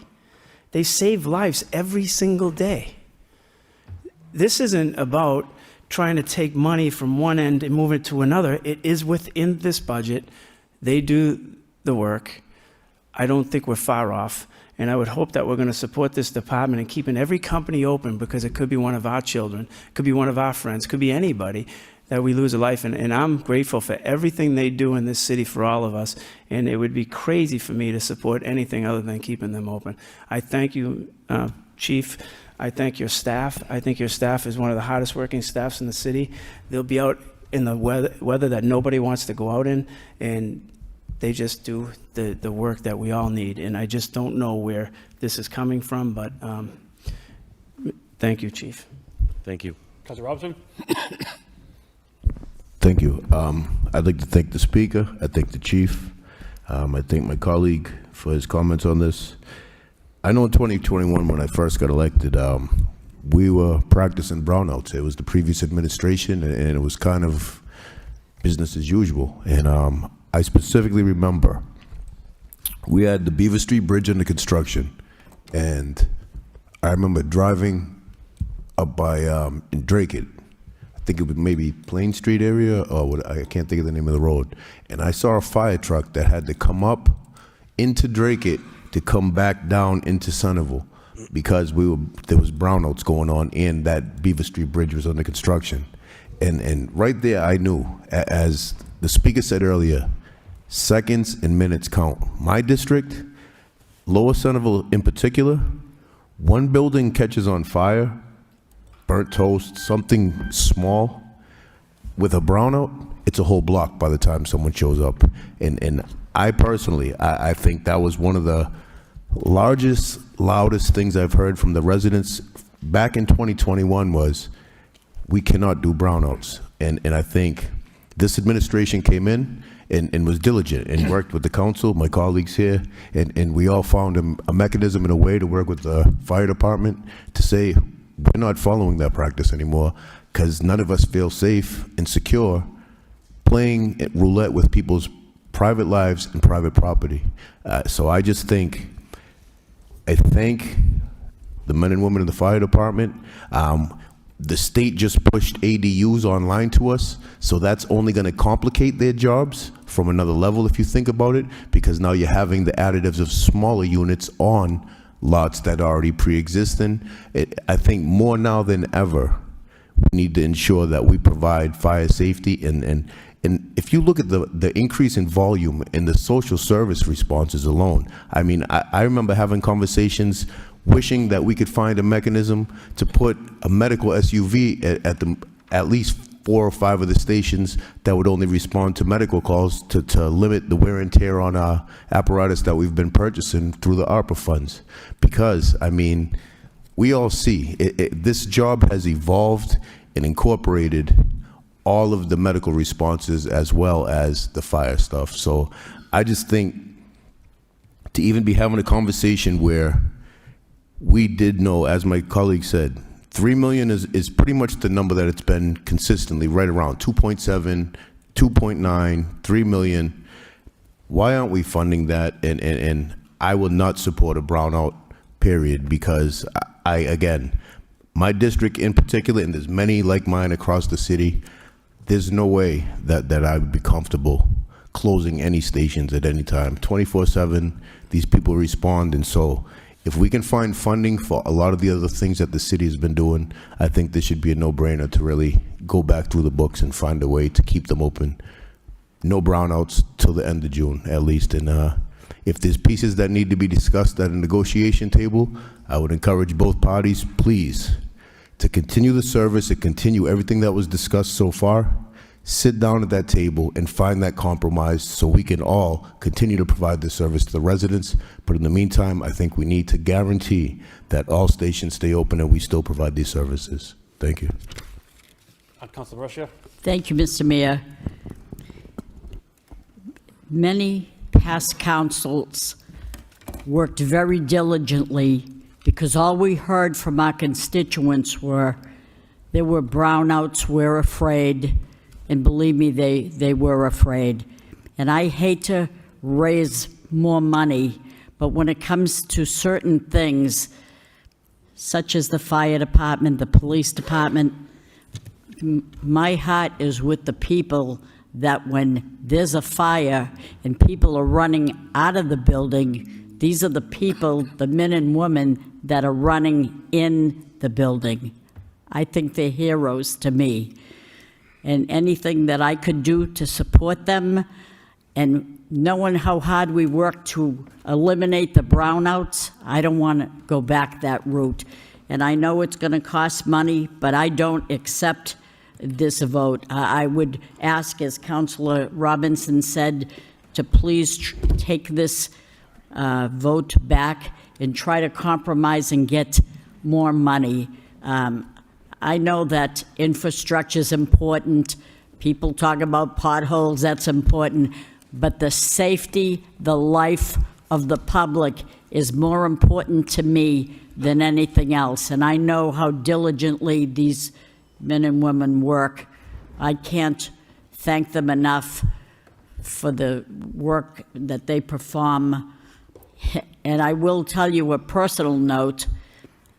When my husband was very, very sick with emphysema and I would call an ambulance, the fire department got there first, so they stabilized him until the ambulance showed up. I can never, ever thank them enough for that. So I felt very safe knowing that the fire department showed up. I'd like to agree and say, yes, I'll support this, I'll vote for this, but I can't. I can't because I don't want any brownouts and I want to save lives, and this is what these people do. So that's what I wanted to say. And if that's in the form of a motion to send this back to the proper people, we have to vote for it? CFO? Thank you, Mr. Mayor. Understanding the discussion that's happening here in front of us, I just want to offer a sort of a procedural note. It's important that the council, at any amount that the council wishes, be voted on this evening. As you'll recall, we did refer the vote to set the hearing for the minimum residential factor. That is when we set the tax rate. So it's important as a matter of setting the tax rate and getting the third quarter tax bills out in a timely fashion that this vote happen this evening. So it would be my suggestion, Mr. Mayor, that the vote be amended and then the vote be taken with a different amount. Mr. Mayor, I have a quick question. Chief, the $500,000 that you would get tonight, could you make other changes that there'd be no brownouts? I'm sorry, with the current $500,000 that you may or may not get tonight, could you make other changes within the department to ensure no brownouts? I can't make up the gap between the 500,000 that we would need additionally to get to the end of the year. I'd have to shut some companies down at some point. Yeah, fair enough. I mean, even if, you have to put somebody, God forbid, on a truck that does another job, That is one of the options, is the moving of people off of day positions and putting them on the truck. We just don't have that many people on day positions. At most, I would be adding one extra body onto each of the 4 groups. That buys us a little bit, but it won't get us to the end of the year. I would hope all the men and women on the fire department realize that brownouts we don't want that at all, that they would be willing to go back on the truck for a short period of time to make things work. If you come back to the manager with a number that would give us in a week or two to say, this is the number that I would need to ensure no brownouts? Right, that's what I want to know. I could, yes. Are we voting? Tonight? Are we voting on an amendment for 500,000 with no I brownouts? think we're in a position tonight as a council to just give a number out willy-nilly. I want the chief to tell us what he would need to ensure no brownouts. Yes. Again, if we have to put somebody on a truck for a short period of time that I guess is, doesn't do that, I want to hear that as well. So, is there a motion to kick it to the chief and to the manager? Yes, yes, and I'm sure the chief, and I have faith in him, that he can go out and find the right figure to keep all the stations open, and he can do that tonight, right, chief? Certainly. Yes, he can. I know it. So that is in the form of a motion. Do I have a second? Second by Councilor Robinson, and hopefully for next week. Does that make sense? All those in favor say aye. Opposed, motion passes. Thank you. Excuse me, I thought the CFO needed a vote tonight. No, he needs a vote tonight. I thought just a procedural wise, we can do whatever we want, but, I mean, are we in a position right now just to give a number out? We came with 500,000. No, I want to hear what he has to say. I want him to go out in the hall and come back and, You want to take a 2-hour break? I mean,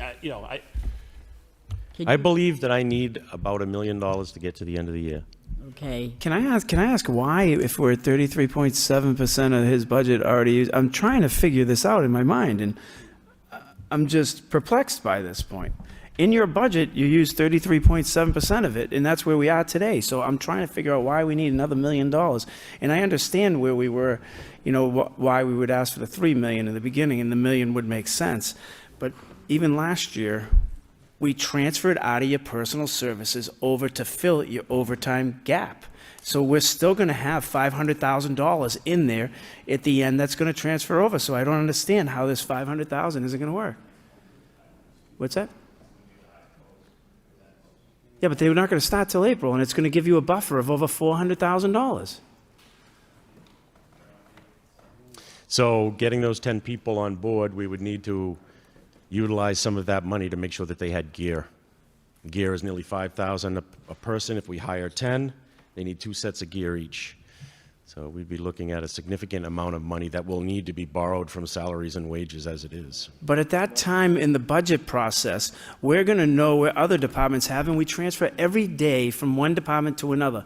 Like MIS right now is way over their expenditures. How are they going to make it to the end? Why are we not talking about them at this point? We're in one department coming in saying these things when we have monies in other departments that will free up and be transferred over. That's what I'm trying to understand in this process. I just think it's prudent on the council's behalf, right? Knowing that every dollar of this expenditure we're given is going on the taxpayers' back, nowhere else. Well, no, that's not true, We know what Mr. we're gonna Mayor. pay, right? I mean, we should know what- That's not true, because every year in the past 3 years that I've been here, we've seen double digits of millions of dollars put back in free cash. So we can transfer from one department to another like we always do every other day, But we're not- unless we're against that policy We're now. not at that point in time yet. We want to take it from. I don't know, I'm not at that point yet. That's what I'm saying. So we need the information first. But every year we have over $10 million that goes back to free cash. Councilor Noon. Thank you. So I do have a question for the chief around that $500,000 or $1 million. Chief, do you believe that you can make it through the end of the year with no brownout with $1 million? Is that correct? With $1 million additional, yes. So you have now left 530. About 500, half a million. And you also have the 10 vacant position. That's a salary and rate as well, right? Yes. So how much is that altogether? I'm afraid I don't have that figure. Through city manager to CFO, the 10 vacancies from here to the end of the fiscal, June 2026. But they're in the process now of hiring those positions, Counselor, right, Chief? It's vacancy. Right, I know, right, now the vacancies. Are you Right. hiring those positions in the process now, Chief? We're just starting into that process, yes. Okay, when do you expect, if everything goes smooth, them starting? We wouldn't actually start paying them until 1 week before their academy date, at which point they would be trained. I can't envision academy spots being available until probably first week of April. We might see 1 or 2 earlier, but the other thing is that those 10 candidates may be spread across several of the training classes just because, you know, they're 35 to 40 person classes, and jamming 10 people from one community in may not be an option. Mr. Manager, so if we go 750, does that get at least the brownouts out of the way? Thank you, Mr. Mayor, through the council. If we get to the tonight, once again, it was a $500,000 because obviously this is uncomfortable. There isn't a counselor here. There's nobody from the administration that wants to move forward with any type of brownout. But we're always trying to work within our means. I mean, the police department took a hit. Every single department across this city took a hit in overtime, took a hit in money coming in. We had a 2.5% increase in taxes. But to answer your question directly, Mr. Mayor, $750,000, if we were to vote on that tonight, if it was going to be further amended by the council to go up from $500 to $750, we can make that work while not, hopefully not interfering with the hiring of the 10 individuals that we have. So I will go on the record as That's my saying. concern with not going to $1 million, because we want to at least hire the people on staff. That's correct. So I'll make a motion to go to $750,000, second by Councilor Yam. You got a motion to amend the. To amend. Yeah. To amend. To amend. Take the roll calling amendment and take the roll. 750 without a brown. Okay. First, we do a roll calling amendment. Can I just ask one question? First, then go back to. Can I just ask one question? Okay, yep. Through you to CFO Baldwin. Currently, right now, the fire department in their salaries and wages permanent is at 31.5%. We've gone through 33.7%. So there's 2% buffer there. So if you multiply the $23 million by 2%, there's $460,000 sitting right there.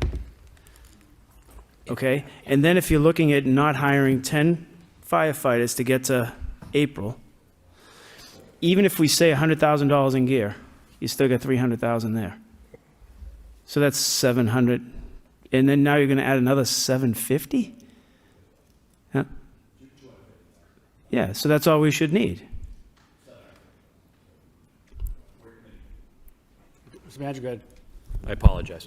Councilor, I'm committing to $750,000 to get through the remainder of this. Once again, I'm looking in the ways and means through across the city. Like I stated, other entities of all, this is, everyone has been asked to keep our tax rate at 2.5% at the last budget. I understand what you're saying. I understand where you're going with this, but the calculations that we have right now is $500,000, bringing $500,000 more into time off, whether it be sick time, whether it be vacation time, et cetera.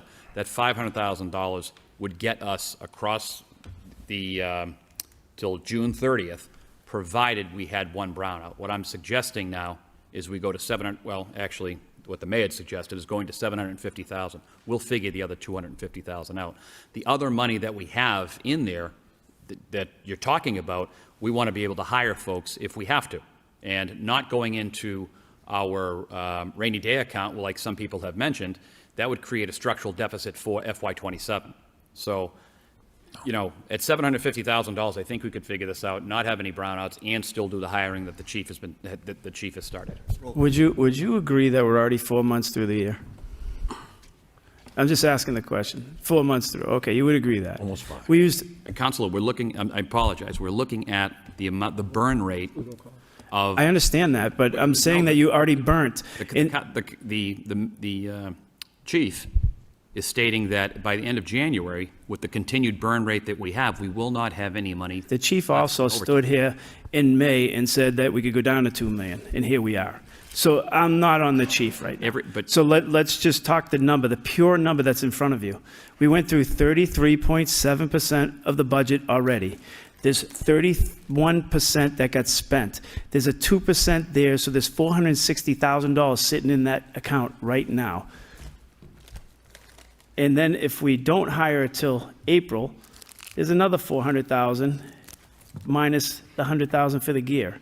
So there's $700,000. He says he needs $1 million. So that delta to me is 300,000. Right. Okay. Well, the 750 we already have in the account.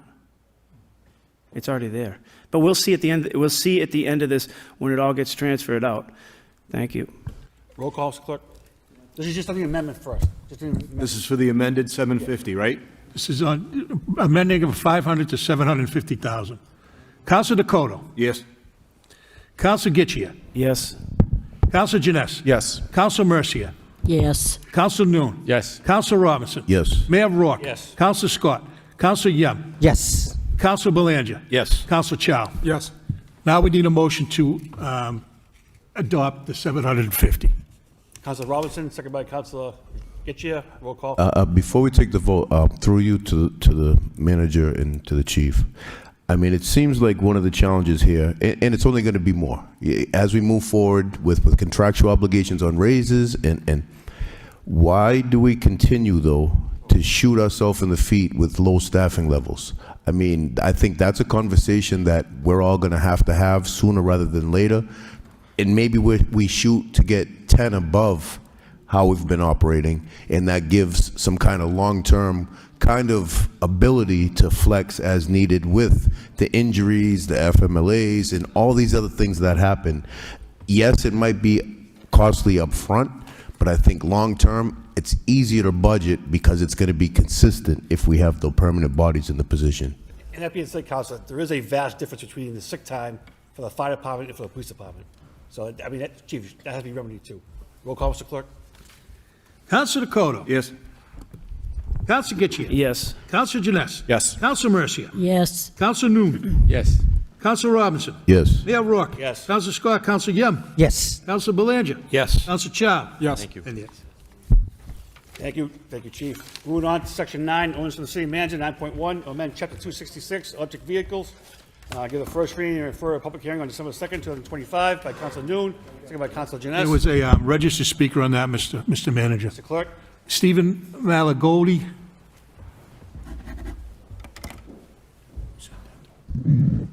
Yes. Good evening, Councilors. Steve Malagotti, 200 Market Street. Wow, that was heavy.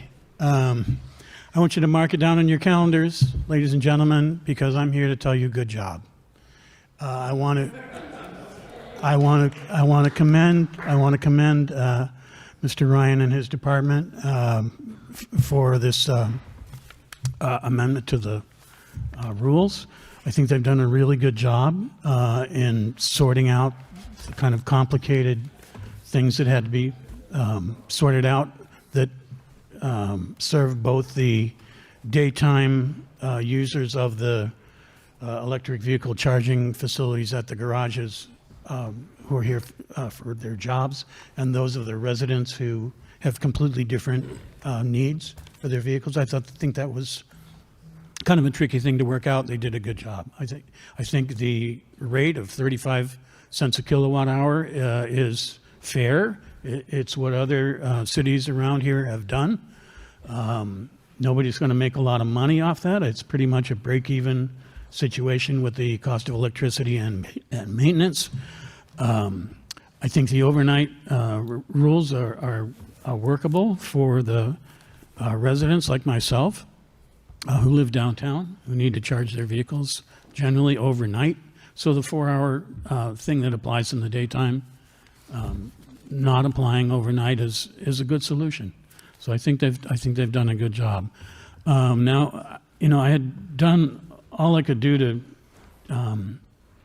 find out when these rules, these changes were going to be discussed at like a subcommittee hearing so that I could have a little input on it, and try as I might, I couldn't find any opportunity to do that. So if you'll bear with me for just a couple minutes, I will take this opportunity.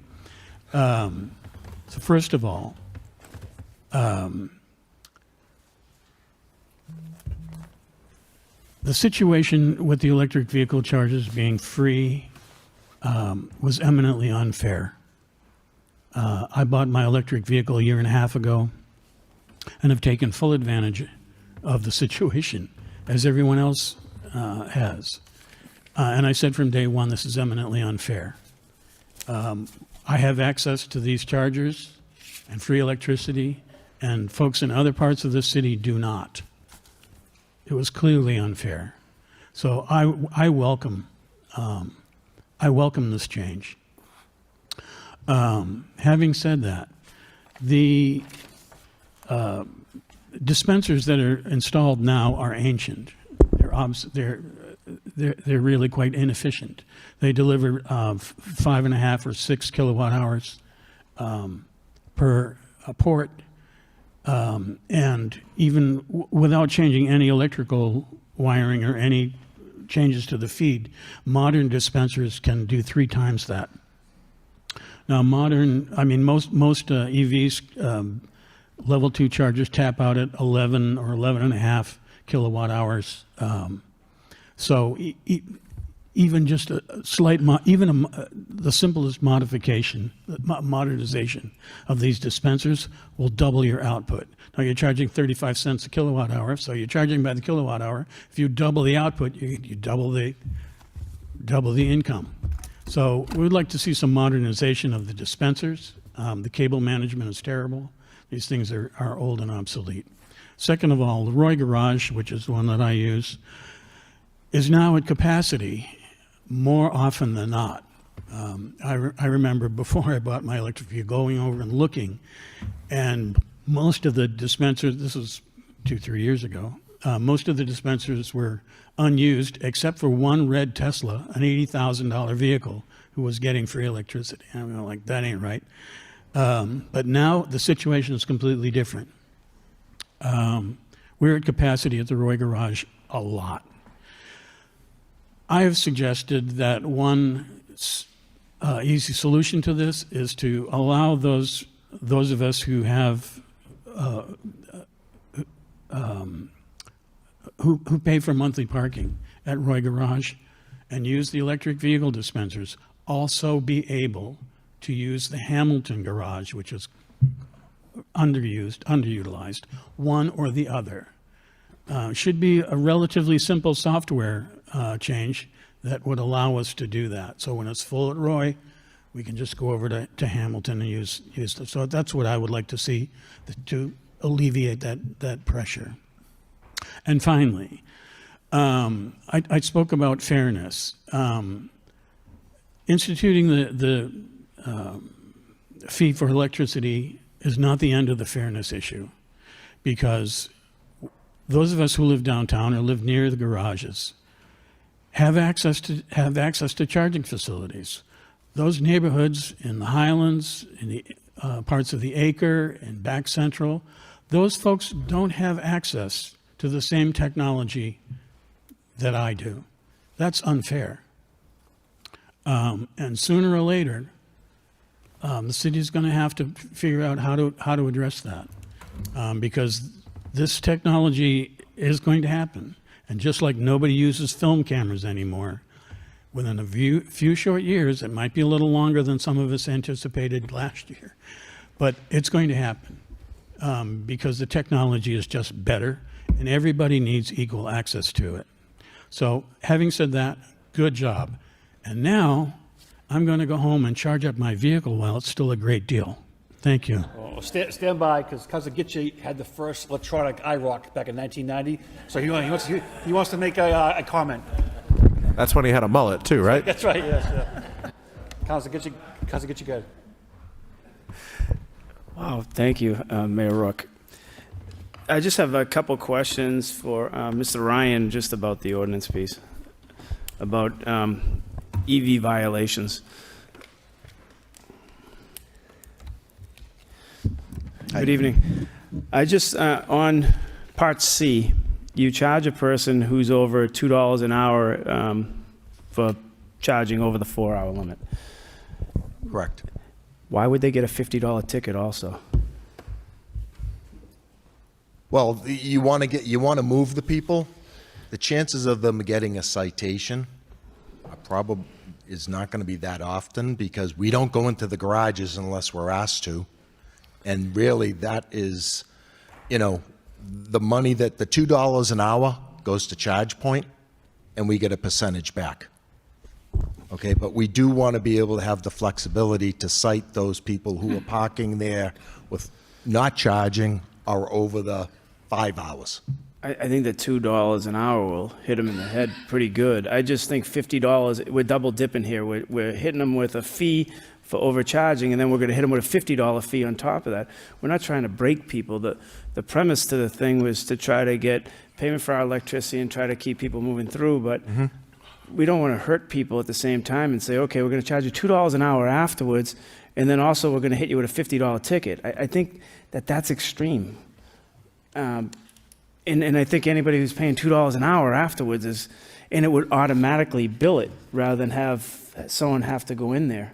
So for me, I don't want to put another strain on our resources as it is because we can use them everywhere else, but the $50 seems like it's extreme to me to hit somebody with who could, be like 20 minutes or a half hour, an hour over, and then they get whacked with the $2 and another $50 on top of it.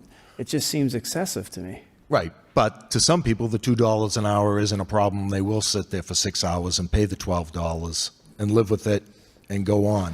So, I can go back and look at the fee and reduce the 50 maybe to 40 or 30. Maybe we want to look at that, but, just to kind of have that where we talked about the garage is full, Leroy is full. The average stay now on a station is over 6.5 hours. That's 4-hour charging and over 2 hours. So I really got to keep people moving when I can. I would ask that we would look at that again. I just don't want to hurt residents down there because, they went down here and forgot something and they got hit for a 2-hour charge and a $50 ticket because sometimes our enforcement people can get really aggressive on these things. And I don't want this to become tit for tat, and we're putting a hardship on people who are just trying to charge through. And I do understand what Steve said earlier. This is a great thing, and I agree. But I just want to make sure that we're not going to hurt people, and they're going to be right back here with the same issue when we're already charging them for going over, and now some enforcement person wants to go in and just run through and hit everybody with $50 tickets. And I'm not saying it happens, doesn't happen, but we hear the stories every day that sometimes they can be aggressive and you're a minute over and you get whacked with a $50 ticket, and that's just tough to take. Okay, we'll take another look at it. Thank you. Sounds good. All those in favor say aye. Sorry. Councilor Rush, go ahead. Thank you, Mr. Mayor. Through you to the city manager. Mr. Manager, do we have in the city of Lowell any vehicles that are EV? Do we have any? Do we? I think DPW may have a couple because they have a charging station up there. DPW? So they may have a couple. Okay. And the parking department has a hybrid. Okay, We have hybrids. that's. Thank you very much, Mr. Mayor, through the council. We have hybrids, Councilor. We deal with hybrids. I'm looking at Catherine Moses right now. We're still looking at some of the, the fully plug-in models, right? Ms. Moses, I just want to make sure. So the hybrids we do absolutely have. We don't have a full plug-in as what you're thinking as from an EV. So the reason I'm asking this question is because at 1365 Middlesex Street, the station there to charge your vehicle, is that open to the public? Can I bring my? No. Okay. That has to be made clear because I think there was a teacher that was charging down there. So In the ordinance, it rules out that station. It says that. it rules out that station, but it doesn't say that it's not open for the public, and that's why this person went there and used it. So Can we make a note of it in the ordinance that says it's not open to the public, it's for city use only? It should be clarified. As the ordinance states now, city-owned stations, on-street public garages are located on public property, excluding station located at 1365 Middlesex. Right, it's not on public property, it's on private property, but it doesn't say that someone that wants to teach school all day can go over there and just charge it. So I would just say it's not open for the public. Okay. Just to make note of it. Thank you. Councilor Janess? Thank you, Mr. Mayor. I just want to say thank you to the administration and the parking department for bringing this back. It has been a long time coming. We've been talking about it, so it's good to see it finally get across the finish line.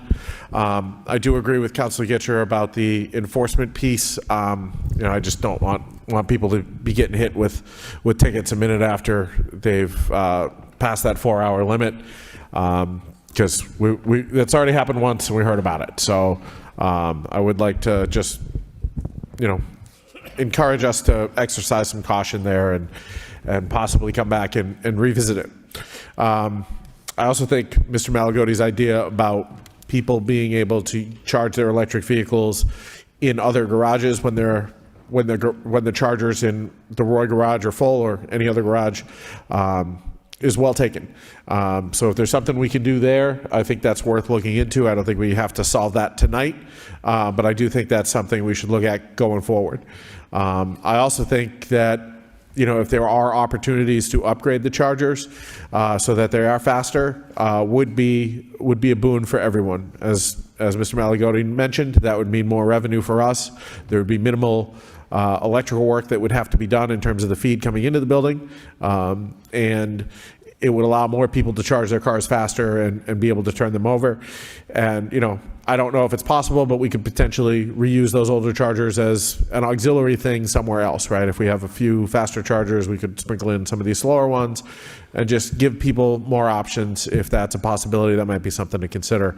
But I thank you for this and look forward to voting on it at the December 2nd meeting. Motion's already first and seconded. All those in favor say aye. Opposed, motion passes. 9.2 of the ordinance to amend Chapter 28, Lowell Cultural Council, first reading and further public hearing on December 2nd by Councilor Noon, second by Councilor Yem. All in favor say aye. Opposed, motion passes. No reports for the subcommittees. 11, we have one property damage claim. Motion to refer to law department for a report recommendation by Councilor Gitchia, second by Councilor Dakota. All in favor say aye. Opposed, motion passes. Two others. I'm sorry, geez, a whole bunch more. 11.2 miscellaneous. Volta D. Cavallo. Nito, Boston Citizen Group requests temporary easement for demolition scaffolding along Green Street for a building located at 278 Central Street. Motion to refer to law department for a report recommendation by Councilor Robinson, second by Councilor Yem.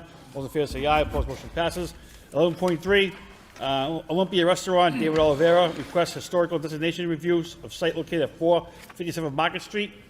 Mr. Oliveira here this evening?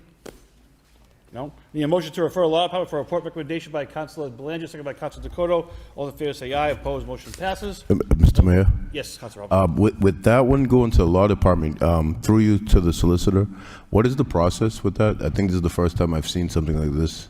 They petitioned about a historic designation. After it's reviewed by the appropriate departments, including yours, does it come back before the council with a recommendation, or how does that work? Solicitor? Thank you, Mr. Mayor. I'll be honest with you, that's the first that I've had to deal with this as well. So I'd certainly run it through the team. We'd talk to the appropriate departments, talk to the folks over in the historical, and sort of they'll help guide us as to what needs to happen. We just vote on it now as a council? I would say probably not. Let's just hold off on that, and I'll come back with something just in case. Is it under agreement? Yeah. No, the will's still being contested. All right. I just don't want to hold anything up. If it's, Yeah, let's not jump ahead. All right, thank you, Mr. Solicitor. 11.4 miscellaneous. Sophia Tai requests installation of a 15-man parking site located at 61 Play Street. Motion to refer to transportation engineer for a report recommendation by Councilor Belanger, second by Councilor Chow. All in favor say aye. Opposed, motion passes. 11.5 miscellaneous. Dayanara Rodriguez Ortiz requests installation of a handicap parking site located at 23 2nd Street. Motion to refer to transportation engineer for report recommendation by Council Yam, second by Council Robinson.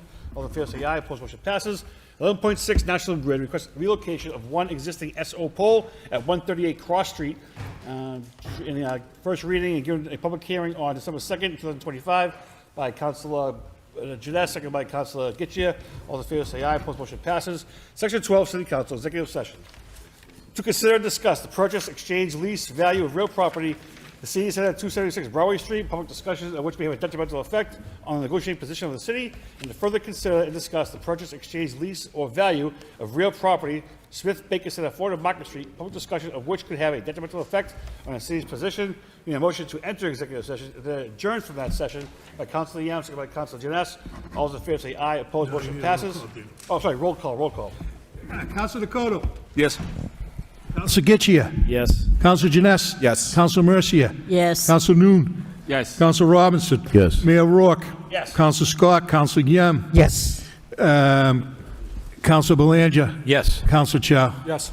We have a number of announcements before we leave. Councilor Yes. Mercia. Thank you, Mr. Mayor. In conjunction with the 200th anniversary of the bicentennial of the city of Lowell, we are asking the public to share your local Lowell memories of Lowell, your stories, your spirit, your community. That would be on Thursday, November 20th, from 12:30 to 2:30 at the Lowell Senior Center on Broadway Street. We would, as Lowell approaches the anniversary, we would like you to join us for storytelling workshop to share your memories, family traditions, and proud moments. Record your story, bring your photos or memorabilia, and help create a collective portrait of Lowell's past. Selective stories will be featured on the Bicentennial website, and if you could sign up at the Senior Center front desk or by calling the center itself just to schedule a time that you're going to be there from 12:30 to 2:30 at the Senior Center, and the number is 978-674-4131. So if you have any stories you want to share on the website, come on down on Thursday. Thank you, Councilor. Councilor Yam. Thank you, Mr. Mayor. Along that line, the City of Lowell celebrating the 200 years anniversary, and the City of Lowell is looking for 200 photos of residents who want to share, make it part of the exhibit that dating March, will be March 2nd to March 31st, 2026. So we encourage all these residents, though you don't have to be a Lowell resident in order to submit one of the photos or many photos. Photos must be feature Lowell or representing a Lowell-based narrative in some way. Photo must be appropriate for all ages. So if you have any question, please contact the Office of Cultural Affairs Special Event at 978-674-4260. Again, 978-674-4260. Thank you very much. Thank you, Mr. Vice Mayor. Councilor Janess. Thank you, Mr. Mayor. Just two quick things for me. Thing one is National Grid has finally gotten around to releasing the heat pump rate enrollment form. Anyone who heats their home with a heat pump is eligible for a significant discount on your electricity through the winter months. The form is on the National Grid website. I've also linked to it through my social media, and I'm going to ask the manager if we can push that out from the city page as well, so people can get in on that. Anyone who purchased and installed their heat pump via Mass Save, you should be automatically enrolled in the program, but anybody who purchased the heat pump on their own, or it was already in the house when you bought it, something like that, you will need to fill out the form in order to access this discounted rate. The second thing I wanted to mention is that this Sunday at 1 p.m., the Professional Women's Hockey League kicks off their third season here in the city of Lowell with a game at the Tsongas Center at 1 p.m. I worked with the mayor to present a citation to the team last week at a team event to declare Sunday Fleet Hockey Day in the city of Lowell and encourage everyone to get out to the game. If you haven't been to the game, I would highly encourage going and checking it out. It's an Olympic year this year, and there are at least 6 members of the fleet who will be representing their country at the Olympics come this year. So these are some of the best women's hockey players in the world, and we have them right here in Lowell, so go check it out. Council, thank you very much. We'll see you, buddy, down the hall.